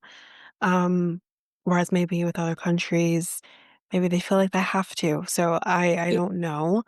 Hmm. Um, but yeah, like that's also something that has not been resolved. Yeah. Um, but again, like when it comes to New York State, which I feel really bad about because it's like I don't Yeah. want New York State to, fault her because of this. Hmm. I think they're one of the greatest states in America, and they are, you know, they're they've been fine, when it comes, I'm sure, when it You, comes to you, things like this, because people do travel into New York, you go to talking about? Oh, Manhattan you or New talk. York Okay. City, like they're You, traveling for they're meant. leisure or for work or whatever, and um, Yeah. yeah, so Yeah. like I don't want them to falter because of what's going on. Yeah. Um, I have family that lives in New York too, so it's like I don't want them to, feel What? that because of all of this that's going on due to their president. So What's your? it's, Yeah. What's your family feeling about the mayor over there? Because I heard like some stuff like from well, aware of where. Because what's his again, name? my His my name is family Eric. His name is the mayor's name is Eric. I can't remember. Is it Eric Smith? Let me just check is up it the the. black guy you're talking about? Yes, bald. Oh God. But, Oh, yeah. oh God. I don't know what their feelings are about him. Again, he's the mayor of, I think, New York City, if I'm correct. Yes. That's not going to be the mayor for where my family is. My I family is think in they're Long having an Island. election right now. Eric Yeah, Adams. Eric That's Adams. his name. Yeah, That's his name. fuck that Yeah. guy. I heard some raunchy stuff. He's very Oh, corporate. he's had sexual harassment cases slapped on Yeah. him, like from the whole the thing that like what Cassie brought forward with Yeah. Diddy Yeah. initially. He Yeah. was a part of that as well. He had Jesus. his own thing going on because of that, because someone came forward and something that happened I think 18 years prior. So he got slapped with his own sexual assault charge, So civilly speaking. Um, Jesus. he's kind of done a lot of nonsense when it comes to the rat infestation in New York. He has not really helped that. I think he owned some buildings in Hmm. New Hmm. York City Hmm. that is not very like a great Yeah. Yeah. standing, and Hmm. Hmm. part of the problem was the rat infestation in that particular building, and he Hmm. didn't do shit about it. He is a horrible human, I personally think, and I think he's a dick. That's what I think. Yeah, Um, they're having an election, right? Good. I He's believe. not gonna win. I hope not, anyways. Uh, But again, my family lives in Long Island, so yeah. their view set would be like they're not gonna be directly affected by what he's Hmm. doing Hmm. because Hmm. he's not the mayor of Long Island. He's the mayor of New York City. So Is it New York City part of Long no, Island? No, okay. Long Island is a I thought it suburb. was I thought it was a barrel. Okay, never mind. No, Long Yeah, Island okay. is a suburb. It's Okay. legitimately an island. Okay. Oh, okay. Yeah. Okay. Suburb of Interesting. like would be like Mhm. Mhm. I don't know if Queens is considered a suburb, but like Brooklyn That's is considered. Barrel. a borough. Yeah, that's Um, Queens is a barrel too. Yeah. yeah, so, like, those kinds of Yeah. places would be considered boroughs, but, Hmm. not Long Island. Mm, okay. They used to live Interesting. in my family used to live in Queens. So, but one of my family members, Oh wow. like, Okay. family used to live in Queens, but they moved a long, long time ago. Hmm. Moved to Long Island. Interesting. Yeah. But going back to like, the Canada, United States, but like there's people from who are Canadians thinking that Mark Carney has done nothing and that they should take the deal, blah blah blah, all that I don't stuff. think we should just take a Just deal because, like, yeah, all of this is and should not be yeah, happening in the first place. exactly. Um, because of this Oompa Loompa who thinks he's a goddamn politician. He is Hmm. not. He's barely a businessman. Um, so it's just like, I mean, yeah, he to be fair, I give him he this. really Like once was a he businessman, is but he he is changing the world in a different way. He's he's changing the letting world in not a good way. I mean, he's given us Canada and probably other countries, ma- getting us to make our own stuff, distribute our Okay, own that's one products thing, sure. instead of But, just like, like depending on each country. right, You no, know what I I'm hear saying? you Yeah, on that yeah, part. yeah, But yeah, the thing is, it's like, what does that I mean, listen, maybe America needs to be brought down a couple pegs anyways. However, yeah, not everyone should be suffering in America because of one yeah, person's thought yeah. process. You know what I mean? Because yes, I hear you, but there are companies in America who depend on On other Canada yeah, and to other countries. Yeah, purchase their stuff, and yeah, they're going to go under because of all of this. yes, And that's what's kinda good we're kinda, I guess, seeing with the yeah, tourism in New York, it's like, they depend on us, yes. and we're not going into the States. We're not Mm-hmm. going Mm-hmm. into the States to travel. We're not going into the States to purchase because people would go out to the States and go shopping. People Mm-hmm. aren't doing that anymore, Right. or choosing not to do that right now for one Mm-hmm. reason or Mm-hmm. another. Mm-hmm. So, that's putting a burden on that economy, and that's not I fair, agree. I agree you know? 100%. I agree.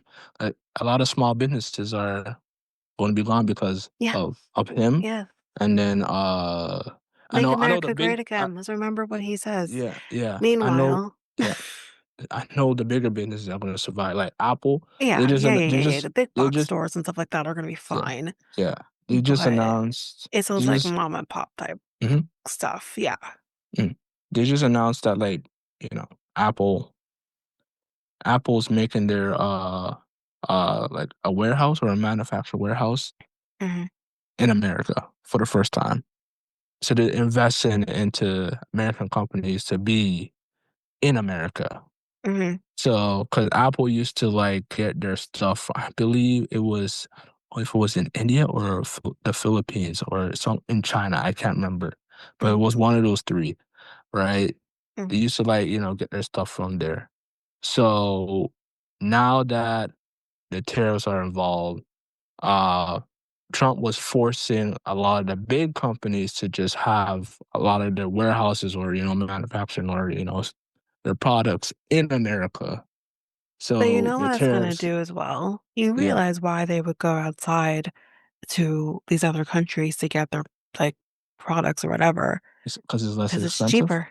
Yeah, So now yeah, what's gonna happen is they're now having to be forced to do within America. Is the mhm, product going to reflect the prices that they were getting before in other countries? No, it's gonna be more. That can also put a burden on those companies. mhm, And then what's gonna happen? How do you think they're gonna get their profits back? They're going to up they're going to, increase the pricing mhm, of their mhm, products in mhm. order to break at least even. So what does Yeah, that then mean? It means that consumers are going to be paying more for their products. And who is going to be those people? Americans, Canadians, whatever. But mhm. my main thing here is the Americans. American people are going to be spending more for products to be made inside of their country. Make Yep, America great again, though, right? Okay. yep. All right. You're Well, making it real good, I guess. Jesus Christ. Yeah, It's yeah. just Like, ridiculous. He doesn't this is what again, I don't understand. This is a man who claims he is a businessman. Do you not get it? Do you not get it? But we're gonna be talking about his business in a second, one of yeah, his businesses in a second. Well, let's finish this up yeah, first. yeah, go ahead. Um, Canada is one of New York's largest trading and tourism partners, and millions of Canadian tourists visit New York annually. And at its heart, the tariff clash is more than just a question of trade policy. Its real-world effects reach into communities that are dependent on cross-border tourism for jobs and economic underpinnings. New York officials are also mounting efforts to reverse the impact of the tariff-driven slowdown and to stimulate tourism from Canada as the summer tourism season gets underway, which we're Mm, obviously currently in. mm, The lack of border crossings into New York State from Canada has been steep, as the mm, Peace Bridge, the Rainbow Bridge, and the Whirlpool Rapids Bridge saw the greatest drops in automobile crossings. There was a 376,000 drop in the number of visitors, according to U.S. Customs and mm, Border Protection from June of 2024 through to June 2025. So, mind you, June 2024 was prior to all of this happening, but mm, within this year, this is what we're seeing. mm, This deceleration of U.S. traffic is attributable directly to the 35% tariff on Canadian goods that President Trump warned of implementing from August 2025. mm, So, in some ways, the tariffs have caused direct economic pain, with businesses at both ends of the border feeling the hurt. The tourism industry, which is crucial to New York's economy, has also been devastated. Someone said, quote, "These tariffs don't just hit families in the pocketbook. They hurt the economy for Main Street businesses that need trade to survive." As I said by Senate Minority Leader Chuck Schumer. Instead of as many Canadian visitors, these stores and well, these stores, well, part of it got cut off. But anyways, mm, mm, um, or they're seeing fewer and fewer tourists walking into their stores, quieter main streets and quieter stores in important tourist areas. Schumer has been a strong voice in urging that the tariffs be lifted, mm, contending that the trade war with Canada is hitting upstate New York the hardest, and that places that benefit from tourism are taking a hit now. And I mean, like, again, we're also bordered with like Detroit or Michigan, I should say, but um what other ones are we bordered with? Sorry, guys, that's the only one I remember off the top mm, of my mm, head. mm, But obviously, we are bordered with America and other places, although the two that are closer to Ontario, so that's why it's memorable in my mind. But I would imagine, obviously, New York gets the most tourism out of Canada, so it's yeah. I just I feel for them. So it's I mm, don't mm. again Yeah, make America yeah, great again. I'm gonna yeah, keep saying yeah. it. Hey, a deal will get done, in my opinion. A deal will get done. I have believe in Mark Carney, you know. Uh he well, if you see the polls, like he has a good approval rate compared to Mhm, Trump's. mhm. Approval rate is down the drain Trump compared or to America. Trudeau? Trump. Or Well, if you count leaders and like, oh, the well, two. like, Okay, yeah, yeah. the two.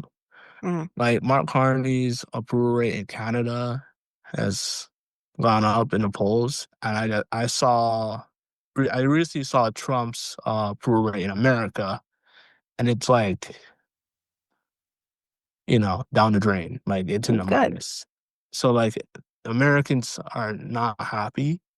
Get you So think? like I it's mean, only his. again, So I it's all I oh, sorry. It's just like yeah, when I hear people say like, Americans aren't happy mhm, or whatever, or we're regretting our decision, it's like yeah, you voted for him. yeah, No one told you to vote for him. It hmm, it was all there. We've had 4 years prior to this to see yeah, how yeah, up of a person he is. hmm, Okay? Then we see the debates and everything, it's like you're really truly voting for a person who's saying that people are eating the cats and the hmm, dogs, hmm, and this is the person you voted for. hmm, And this is the kind of person we talked about this in our um episode about the election, Mhm, it's like he had nothing to contribute. mhm, He wasn't talking about what he was going to do if he became president. mhm, He wasn't talking about any of those things. mhm. Kamala was, yeah, we don't vote for her. We vote for the person who's not saying a damn thing. This is who we vote for. And now look, the Yeah. reason he didn't say about is because this is what he was planning on doing the entire time. And he probably knew that even some Republicans are going to be like, whoa, dude, I don't know about this. Mhm, So this is why he didn't do that. And it's astonishing to me mhm. that this man could really win an election on nothing, nothing, Yeah, yeah, just being him. yeah. For whatever Well, reason, people like him or did. well, he I don't know. did. Well, to be fair, he did say that he was willing to do the tariff thing. He did. There was like a he did have a little bit of plan, but tariff was on his mind as well. So tariffs, he But did did say he that talk too. about numbers? Did he He talk about didn't what that was talk going to about look the. like? I don't think he talked about numbers, That's the but he did problem. confirm the tariffs. He But that's just. the problem. It's like you can talk about it till the cows come home. Mhm, Did you have a plan? Because you can't convince me that mhm, this man did not know what he was going to do mhm. prior to being in office. He knew. He Yeah, just didn't tell that to anybody. yeah, he did. And He that did. feels Yeah, underhanded. yeah. He did do a clip when he got in office. He did do like I'm not like a talking about when he 10 minute got clip. into office. I'm talking about Yeah, before. before. Yeah, he didn't. He didn't. That's what I'm talking about. Once he's in office, yeah, he's in office. He won. Who cares? Yeah, It's done. It's a done deal yeah, now. yeah, yeah. But I'm talking prior to that. I'm talking prior to him being reelected. Mhm, He didn't talk about these things. mhm, He kept it all very hush hush into the chest. It mhm, close to the chest. He didn't talk about any of this. mhm, So, and again, like not only this, but then you also have this jackass mhm, talking about going after doing investigations on whether or not Kamala Harris was getting paid for endorsements, mhm, mhm. saying that he's gonna go after Beyonce because she paid Oh, Kamala Harris. Like, shut the up. Like, listen, sorry. I'm not a part of the beehive, y'all. But so I'm not like a huge Beyonce fan these days. yeah, yeah, yeah. However, Beyonce didn't do anything. And you're gonna what, because she black? That's the other thing. Would you go Because, after if she was white? I don't see you going after Taylor Swift. But you're going after Beyonce? Okay. I'm just saying. I So I'm mean, just they did the far right did go after Taylor Swift to be fair well, she's a Democrat, when she clearly. was voting for Kamala. So like Whatever. before Whatever. that now. And I'm sorry, but is it So- surprising that so- Taylor Swift is potentially a Democratic? yeah, Just she's a Democrat? Like, come on. That's not yeah. surprising. Taylor Swift doesn't quite make me think she's a Republican. You know what I Yeah. mean? I mean, there's a lot of people that thought so. The country music, Why? the country She's not a music was country there. artist anymore. They don't I classify know, Taylor Swift as a country artist. I know, but like she was. She's not a country artist I thought she anymore. was Republican. She I was never giving out thought those that. vibes, Never thought that. and then oh she confirmed. Oh yeah, kind of like Never thought okay, she was a cool. Wow, Republican. okay. I was kind of No, never thought she was surprised. a Republican. Because again, you can't base someone because they're a country artist. That's stereotyping. Yeah, You I know can't base that stereotyping. on because she I shouldn't, but like it's but just like again, she a was lot. a country artist. She's Yeah, not been a country artist for yeah, well over a decade. yeah, yeah. So, Yeah, I shouldn't stereotype, but it's just like no. I feel like a lot of country music is country music artists are really fun because I seen a lot of them. No. Some are just You can't yeah, base there's it always on some that that. are Democrat, but like Base it most on their views. You yeah, can't base it on the music they're singing true, true. because there are people who are not country artists Yeah, yeah, who are Republican.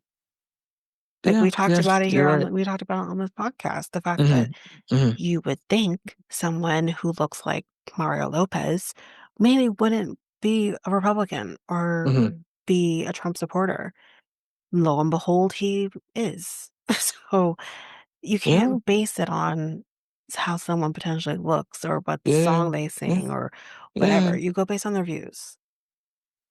I didn't see I didn't see any of her. She was very quiet about that. I just didn't see And any again, based on interviews. what you're kinda saying here Yeah, too, yeah. then we should think Beyoncé is a Republican because she's from Texas. She's been singing country. I mean, she did border for Obama, so it was nothing. So No, but she's from Houston, I was like, yeah, Texas. she's Democrat. But I'm I'm like, going based on what you're saying. She's yeah. from Houston, Texas. So why wouldn't she be a Republican? That's but based on what you're True. going off, Yeah. right? Well, See how ridiculous because that sounds? I seen Beyonce and Jay-Z voted for, Barack Obama and then Yes, Joe no, I Biden hear and what then, you're saying. like But there's a trend. what I'm trying to say to Yeah. you, Yeah, yeah. I you understand know what you're saying. Yeah. yeah, yeah, so that's what I'm trying to say. Yeah. If you're gonna go based on things like that, then we Yeah, should yeah. automatically think Beyonce's a Republican because she's from Yeah. Texas. That's what I'm trying to go with, Yeah, yeah. Yeah, right? yeah. Yeah. Yes. Right. Yeah. So, I mean, here I am defending Taylor Swift, Jesus Yeah, Christ. yeah, it's just the first time I ever seen her vote for like loudly. Like I just the first time. Maybe she voted like numerous times quietly, but for No, the she first has time been she pretty vocal about voting. She's for been the pretty first time. vocal Maybe because I about don't yeah. voting. And maybe because I don't follow her that much. That's probably it. I don't follow her that much either, mind Yeah, you, it's just but I know probably she's it. been pretty vocal about Yeah. Yeah. voting. Absolutely. Yeah. Okay. Yeah. Yeah. Yeah. Like I said, like And again, it doesn't matter her views. Like, she could be Republican, but maybe she hates Donald Trump so damn much oh, that she's a Democrat. We possibly. don't know that, Possibly. right? There's So a just lot because of someone's a yeah. Republican does not Yeah. necessarily mean they're going to vote Republican. There Yeah, are there's some a lot. people who are smart, Yeah, there's a lot of right? Republicans that don't like Trump. Yeah, a lot. Exactly. So, like, yeah, I do Or they agree could with choose that. just not to Yeah, vote at all, right? yeah, They could also do that, which I'm not yeah, saying you should do that, but you can also yeah. just choose Nah, not to vote at all. don't do that. No, vote Vote. for Nah, somebody. yeah, But vote for yeah. yeah, But yeah, yeah, yeah. Obviously, like we said, like yeah, obviously the country is also boycotting America. So because of Trump's reasons. A deal will be coming soon. Like I said, like a deal will be coming soon. Like I said, I have belief in Mark Carney. There's a lot of Canadians on the right that just don't believe in Mark Carney at all. Like they're just hating. They're just saying like he's doing nothing. I'm like he's done a. I feel like he's done a lot in 100 days. So it's like yeah, you and sound alone. yeah, the projects that's going to take a while. For one, Mhm. it's not going to take 100 days to be built, right? Projects No. take for years and years and years and years. So like, it's not going to take 100 days. So like, I don't know why people keep saying that. You know, they want to see results. Results when we're done in like possibly 5, 10 years. You'll I see mean, the again, results out there. it's the stupidity of people who don't understand Yes, how politics works. exactly, Um, and again, exactly. that's as simple as doing a Google search to figure out how Yeah, long something takes. yeah, It doesn't happen and overnight, and you wouldn't yeah, want it to happen overnight. yeah, So, exactly. And another thing, one more thing before we go on to the next topic. mhm. The peer apologists Oh gotta god, stop. oh god, We gotta enough stop. with that. Like if her ear was Polycuff can off along with prime everybody minister, else. he would have agreed to the 50. Oh yeah, he would, and it would have like uh fuck us over. Like Polyev is an my asshole. bad. So, but like yeah. How So about Polyev just goes away? he's Just been like I've go been away. I had to follow him on Twitter Why slash would you ever X do that to yourself? because I want to see Ugh, why? what the hype is about with him. Like what, You could just and like he look just at his retweets Twitter mis. without following Yeah, him though. like I Like, follow I follow Matt Farney. Like I want to see I want to actually be more informed on what mhm, he does.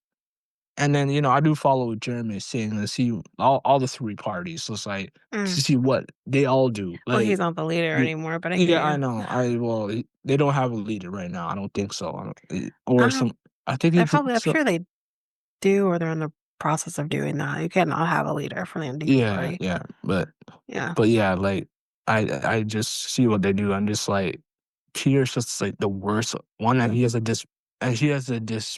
uh, like, he's fallen down the polls as well, so, like, goodbye, that's a good sign from Canadians, and goodbye. Canadians are seeing that. So like it Honestly, seemed I would feel better if I mean, I feel better is like the wrong thing to say, but yeah, like I feel like if Polyev could just keep that going and keep it down, like keep going down in the polls and just have Ford or somebody else be like the I mean, leader of Ford's been Conservative Party because Ford. it's like I don't I've never had such an issue with a conservative leader as I do with uh Polyev. I just go away. Yeah, yeah, yeah. He's Even been like Harper. three. Yeah. Harper wasn't that bad actually, Not but as I bad don't as know if he Polyev. what he's a little been quiet. Eric O'Toole has Who? been. I like that Eric O'Toole. He's not bad. I forgot He, about he him. he's not bad. Switch him around, you have a better leader than him because Okay. he's been cool with what's going on. It's been like I kind of like I see his tweets here and there on my feed because some people retweet him, and Mm. like he's been like okay. He's saying that uh Canada will make a deal, and then it's just Paul Yev's just on a different boat. It's just like why are the liberals doing this? Why are the liberals No one asked you, hiding sir. this? No one Why are the liberals? asked.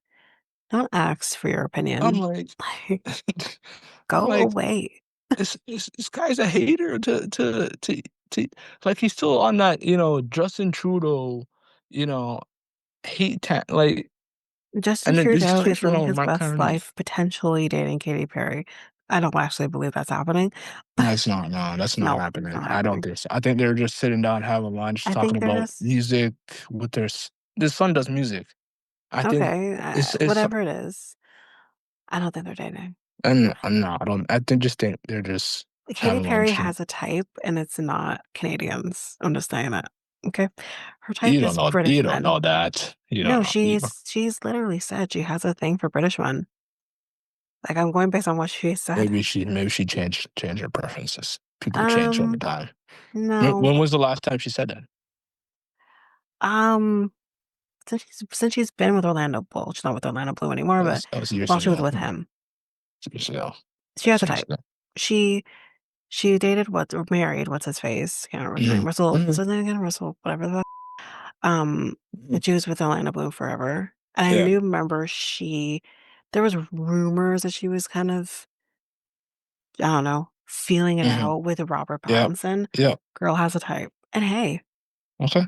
guys with Yep. British accents are hot. Yep. So All right. whatever. Okay. Except for That's fine. her ex-husband. He was That's fine. so all I'm saying, yes, Justin Trudeau is a good-looking guy. I just don't, I don't think so. I don't think that, Okay. All I right. don't think that. That's fine. Like, Anyways. like I said to the Canadians, Marv Carney will find a deal. That's all I'm going to say. Go ahead. All right. Well, this is kind of topical for what we're about to be entering into with the CNE is going to be happening here in Ontario, in Toronto very Hmm. soon. A Hmm. couple of days actually from this episode being released. And Hmm. not sure if you heard about this, Mikel, but buckle up because this is messed. Okay. So, the Hmm. Canadian National Expedition, CNE, Hmm. is offering brand new VIP tickets for guests this year, Hmm. but people are calling out the fare for charging hundreds of dollars for this VIP experience. Haven't they ever charged VIP experience We'll in the get to it. past? We'll get Okay, to it. go ahead. I Go ahead. don't believe so, Uh-huh. but I do have the answer to that question. Yeah, So, yeah, yeah. um, yeah, they're offering these VIP tickets, and um, it basically will give guests unlimited access to rides, fast passes to skip the lines, and not only do you get unlimited, but you also have fast pass, Mm-hmm. front stage access to the Bell Sandy concert show, and then several other perks. However, as nice as this sounds, all of this comes at a very hefty price, and that price is $452.99 per person. What? Mm-hmm. Per On person? per person. Nobody's going. So let me finish because then it's going to get worse. On Go ahead. top of that, the tickets are only sold in packages of four. So you can't get that for one person or two people. Packages of four. So that brings that total bill to more than $1,800. Oh, I'm not going. This is only for But VIPs. You obviously don't have to yeah, buy that, all but it's VIPs. for VIP tickets. Right. The passes will also not give holders access Mm-hmm. to the fair for the entire 2 week run. It Yeah. only gives it to you for one single day. So it's not like the Wonderland Seasons Pass where you can go at any point in time Uh-huh. during the summer Yeah. months, October, Yeah. Halloween Fest, and then the winter thing that they do Yeah. too. Yeah. It's not like that. You're literally given one day that you're going to go for $1,800. So how much are the regular tickets? Regular tickets, like if you get them like on like once the thing has started, I think Yeah. it's like Yeah. just about $50. Okay. With maybe taxes and stuff, it might be a little bit more, but That's you can fine. also get them sooner if you have like Presto. You can get it for cheaper. Yeah. Yeah. Um, That's fine. Yeah. but That's fine. yeah, so that's one thing again. But like remember too, you get like Yeah. um the pass to get into the park, and then you also then pay extra for rides. Yeah. Um, so like you can either get like the tickets and you get a certain amount of tickets and then you can use those tickets, or you can get like the unlimited pass Uh-huh. for the ticket or for the ride so that you don't have to do that. Hmm. But again, yeah, like that can add up, but it's nowhere near $452.99 per person. That's And then you have to do crazy. like 4 people. That's disgusting. It's I horrible. definitely, People are I'm getting the pissed, I'm okay. I'm getting regular tickets. right? But again, it's like, why are you offering this? I'll explain more about that too because of like people bring up a good point about this, but um we'll Experience get as there. well. Guests who choose to purchase the VIP tickets can also expect to be greeted by a dedicated concierge team. So you do get your own team, y'all, that will Mm-hmm. help plan that day, escort guests around the site, and answer any questions that they may have. In addition, they will be given a $50 for the dollars in food vouchers, which doesn't seem like a lot because that's $50 for all four $50 and people because that's not enough. yeah, that's You and can't buy a meal for everybody for 50 nah, bucks. Like, what that's the heck? expensive. The food is Food's expensive. expensive. I know that for a fact. It Oh, was yeah. expensive when I went there back then. Yeah, yeah, yeah. I took my brother last year, right? Yeah, So both of us getting food, yeah. um, because he wanted a hot dog. I'm pretty sure I spent like 18 That's yeah, bucks on that yeah, hot dog. yeah. And then like I got my own food, but I just went like Yeah. to Subway. But They gotta it's step it up expensive. from they gotta step it up to I $150. spent So that about would be 40 reasonable. bucks on food alone and just like two meals. Me and my meal and Yeah, his. it's step That's it it. up to 150 bucks. So that sounds better. Yeah. 50 bucks is not. Ugh, 50 bucks, no, nothing. That's like no, 50 bucks, yeah, that's like for like one person. yeah, Like yeah. one and a half. And plus, you're paying for that expensive VIP. Right. So you can't even That's seriously, for $452.99, you should also be giving me free food. yeah. And free access to games. The Mm-hmm. f Mm-hmm. Anyway, Mm-hmm. the CNE did not specify how many passes are available, but Hmm. it cites the site does say that the packages are available while quantities last. Yeah, Yeah, those quantities are gonna last. Like, you know about shit. yeah. No, nobody's purchasing the VIP. No, I wouldn't. I wouldn't. I can't afford to. What do you mean? I Yeah. don't even know they wouldn't. I can't afford to. Uh, The fair also did not mention why they chose to price the tickets in the way that they did. The price tag has left community members shocked. Many even outraged that access to the fair could cost more than $1,000. must be must be for tourism. Tourism. They could probably Who is afford doing that? it. That's Even if just you're going for tourism purposes, who is doing that? mm, Who comes, oh, y'all, we need to pack yeah. $1,800 for VIP tickets? The fuck out of here. Yeah. Um, One person said, it's insane. The CNE is supposed to be affordable and accessible, fun for everyone. They pack up the rides in a duffel bag at the end of the month.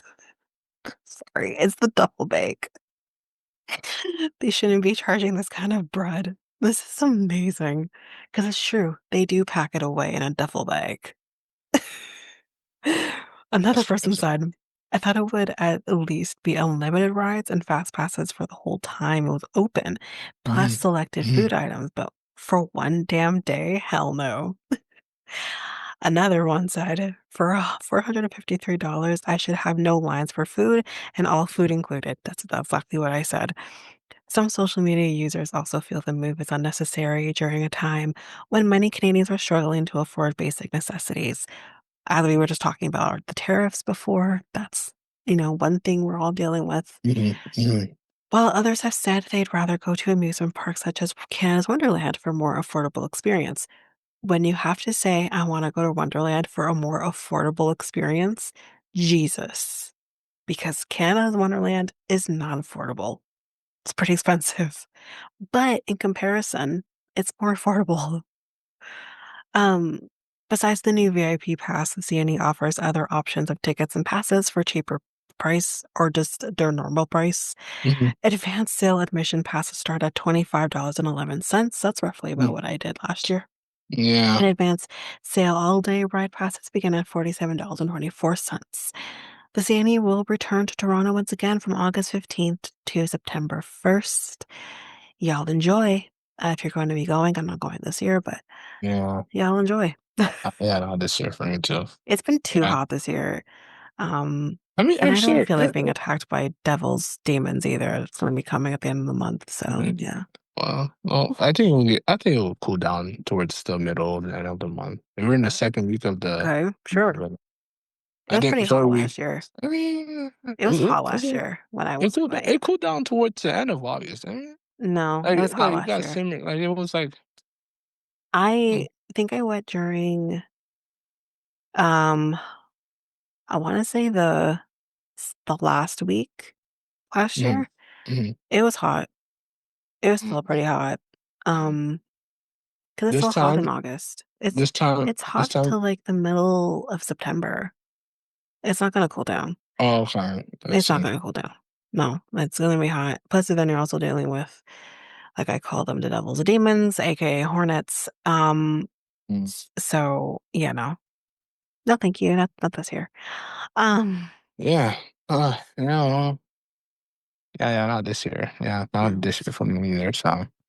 Yeah, I don't know. And hopefully they look into revise the VIP passes next year because like or just maybe not even, whoever but whatever. did have they ever had them before? I think this is the first. I don't Yeah, think they've had this before. I think this is a newer yeah. experience. I think they should look into it furthermore next year. Or just maybe, y'all, it didn't work out. Maybe we should just scrap it. No, like Um, I do think that I do think yeah they I should have don't see VIP the point of passes. the VIP, to be Really. totally honest with you, because it really seems no different than just getting an all-day pass, Mm, which is cheaper. The only difference is you're getting a concierge team. Why? mm, Why? mm, Why do you need that? mm. Unless that Okay. concierge team comes with a vehicle that you're driving me around the goddamn exhibit or exhibition. I That don't see the probably might point of be it. it. No, That they probably don't. might be it. No? Yeah, I don't think that I think if they were gonna offer a vehicle or whatever, they would have mentioned that. You're probably Mhm. walking over the goddamn place and no thank you. Mm. So, no. Anyway, Okay. let's move on to Mm. the last Mm. one that we're gonna do. And now we're gonna be talking about one of Trump's businesses. Now, this is a little not so much about the business itself, Mm. but something that he said, which feels problematic. Anyway, in case you've all been living under a rock, Mm. there has been a lot of discussion about the Epstein files. Ghislaine Maxwell has been kind of back into the Right. forefront of things as well. And kind of, potentially the list of people who um, used Epstein's services, Mm-hmm. question Mm-hmm. mark. And obviously Trump, I think, has been trying to get ahead of that because allegedly Trump could potentially have been involved in using said services because he knew Epstein. He knew Ghislaine Maxwell. There are Mhm. photos of them Mhm. from back in the 90s. So here's what Trump had to say. So he said that convicted sex offender Jeffrey Epstein, quote unquote, stole Virginia. I'm going to say her name wrong here, but Mhm. Gareffi. If we remember, we did briefly talk about the fact that she did unalive herself a couple months ago, Mhm. but she was one of the very outspoken survivors of Epstein. Mhm. But Trump is saying that Jeffrey stole Virginia from his Mar-a-Lago club, Right. which is a stunning admission that could increase scrutiny of his relationship with the late financier, Mhm. Mhm. even as his administration seeks to change the subject from Epstein. Y'all trying to do something, and that's even worse. Trying to change the subject is just trying to distance yourself from something that he might not be able to distance himself from. But anyway, Trump was speaking to reporters when he was asked about his comments over that weekend, about a falling out with Epstein because he took employees from his business. Now, did he potentially do that? Sure. Mhm. But let's not forget, y'all, Virginia was a teenager when she worked at Mar-a-Lago. What is she doing there? Trump, as a massage, was, I don't want to say therapist because that's not what she was doing. She was like a masseuse. Um, I've got questions. Anyway, a Mhm. quote, he took people that worked for me and I told him, don't do it anymore. And he did it. This is what Trump said, telling reporters that he barred Epstein from Mar-a-Lago, which is his estate in Palm Beach, Florida. Mhm. Quote, I said, stay the hell out of here.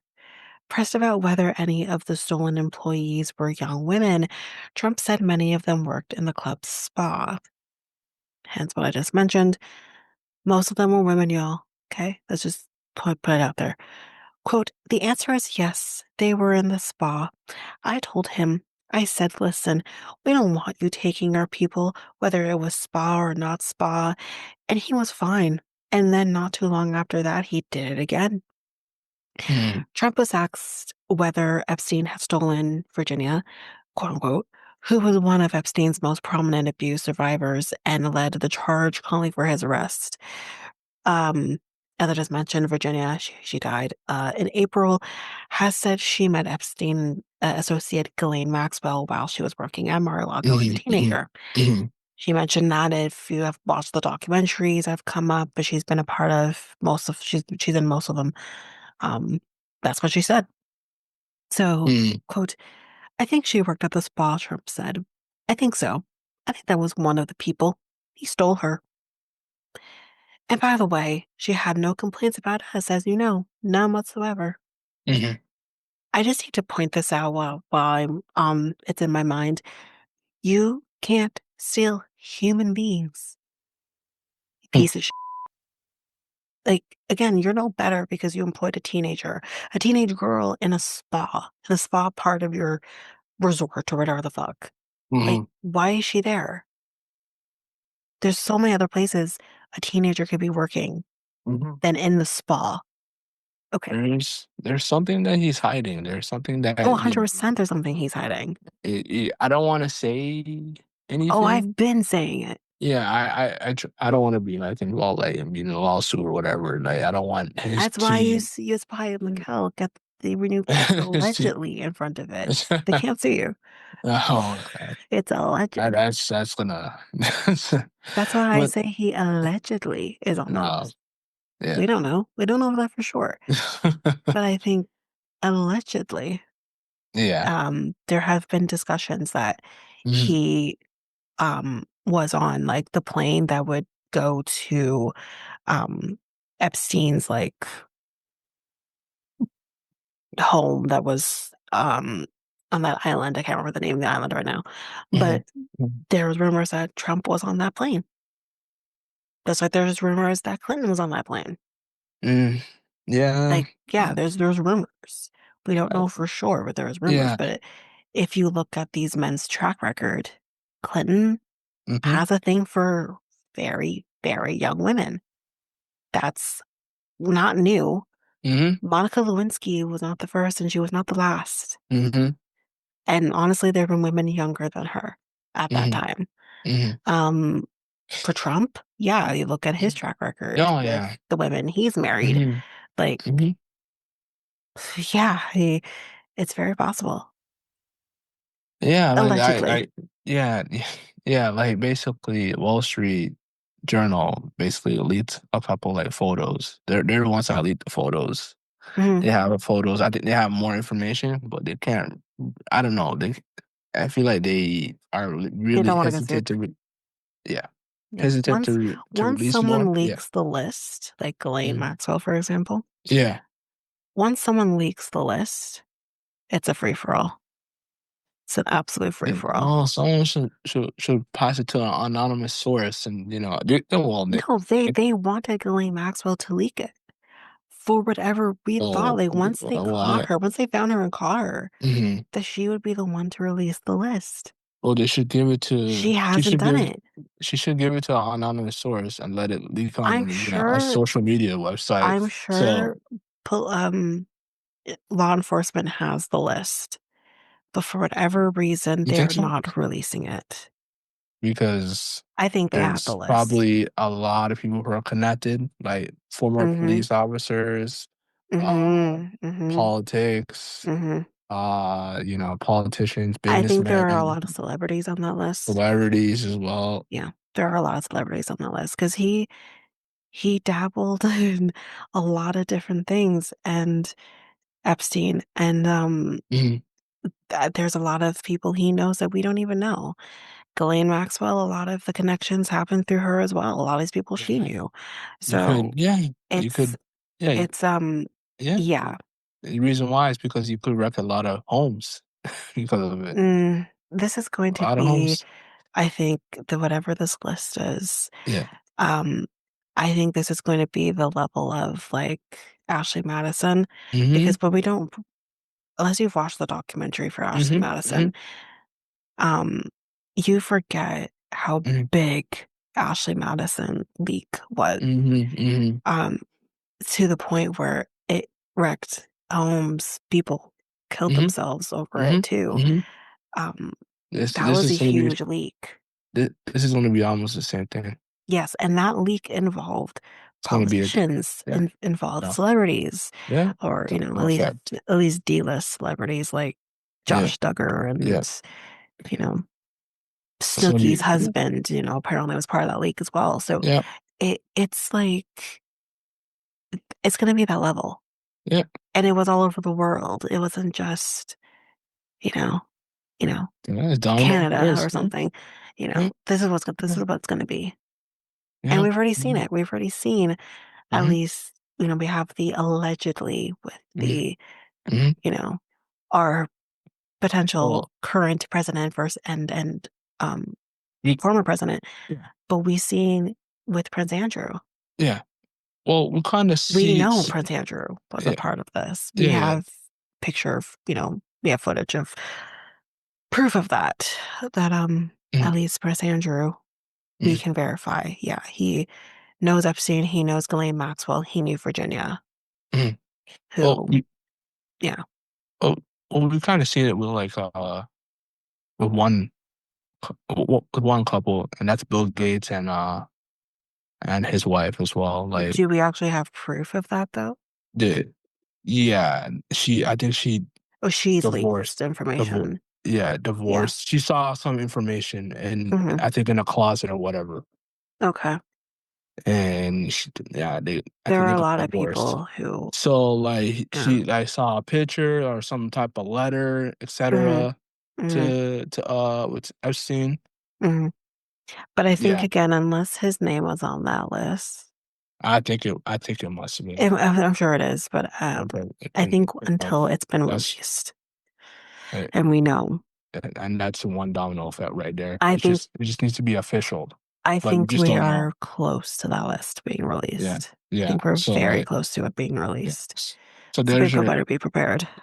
so, yeah. So Bill Gates I can't remember the People wife's better be name. prepared. People who potentially could be fans of certain people too, be prepared. I think we're going to be in for a rude freaking awakening of I whoever is on that list. we just don't know when though. We don't know when. We've been hearing about this goddamn list Melinda, since there you before go. his death. We've been hearing about this damn list. Yeah, Um, yeah, um, but yeah. It's gonna and come then to light. once we have Ghislaine, we'll have the list. But we've had Ghislaine now in custody for how many years, and So we don't have the damn list. What's going on? so I know the far right of Trump supporters are upset that the list hasn't been released because Do that's you think one it's of going Trump's to? that's one of Trump's order, and that what he's going to do was release the list, but he Oh never did yeah. it. So where's the list, Trump? Yeah, Where is it? He's not he, going to release the list. You're all stupid for thinking he yeah, will. yeah, He's not yeah, going to release the list. You want to know why? Because he's on the list, allegedly. He yeah, allegedly is on the yeah, list. yeah. So, He, if not on the list, he allegedly is on a manifest. Like hmm he's involved with Epstein. We know, not allegedly, he knew Epstein and Ghislaine Maxwell. hmm So that's not alleged. That there is picture proof that these three people know each other. So what is your prediction on when the list is going to be released? You know, Um, 2026 first year, first quarter. maybe, maybe. Yeah, Yeah, I I could see that feel happening. somebody's going to release it. It's definitely somebody's going to piss what's her name off, Maxwell. But like the thing is, Trump says he'll be okay to what's it called? What's it called when you let somebody in the country but they have a criminal record? Pardon. There we go. Pardon Maxwell. I'm sorry, what? Pardon. You know what He would pardon? pardon her? Yes.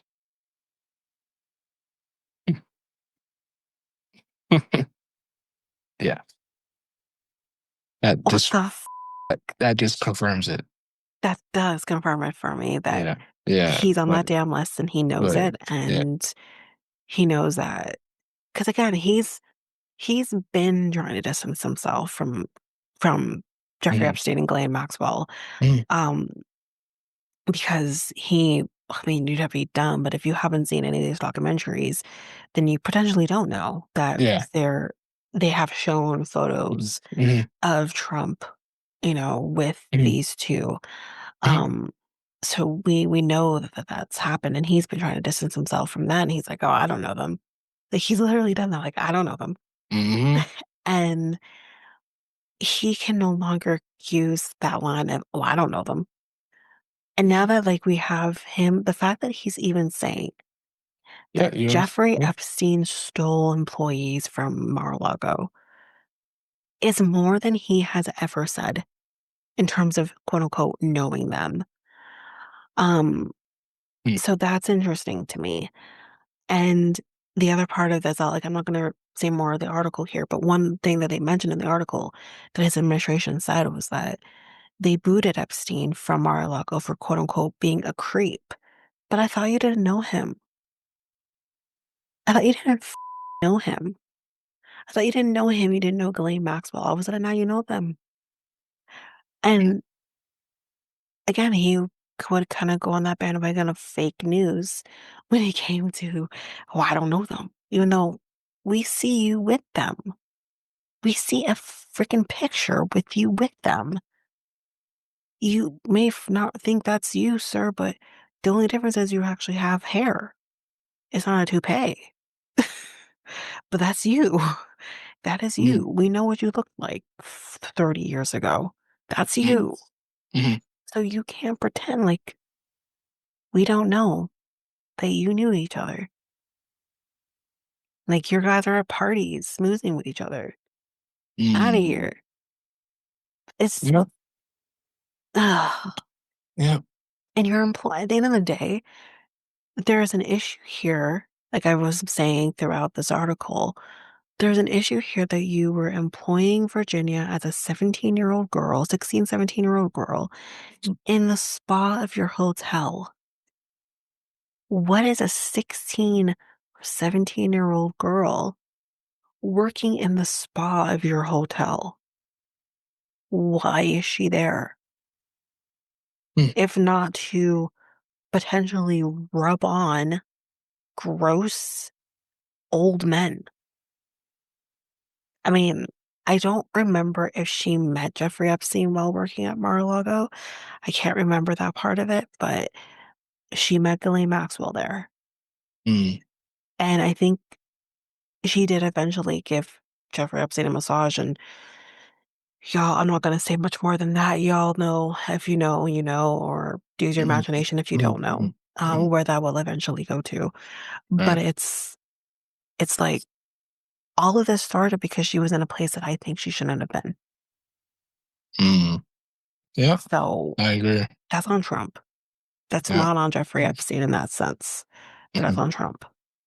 And obviously, you're gonna do what you gotta do to make money. I don't mm, think she had a very like great upbringing, um, if I remember correctly. So you gotta do what you gotta do. But she could work front desk. mm. Why was I'm not, I can't. Yeah. It makes me really upset also knowing where her life is going to end up. Mm, Um, so it makes me really upset because it's like she was the face of bringing these monsters down. mm, And meanwhile, she's been suffering. mm, Obviously, she's, dealing with the aftermath of what she went through, but it hurts to kind of know where this is headed for her. And no one protected her. Not Trump, not definitely not Epstein or Ghislaine Maxwell, not her. I don't think her mom was around very much. No one protected her. And none of these women were protected. mm, And allegedly, there are people who are involved in that. mm. Yeah. Allegedly. So, Mm. yeah, I'm going to get off my soapbox now. Okay. So this ends this episode of the Next Tape Podcast. The Next Tape Podcast is available on now all podcast platforms. We also have a website called Tanika. Next Take Podcast, podpage.io. And where We're else we at? on Facebook and Instagram at Next Take Podcast and Twitter, TikTok, and Blue Sky at Next Take Pod. Okay. And contact us on our email at mikeltanika@gmail.com.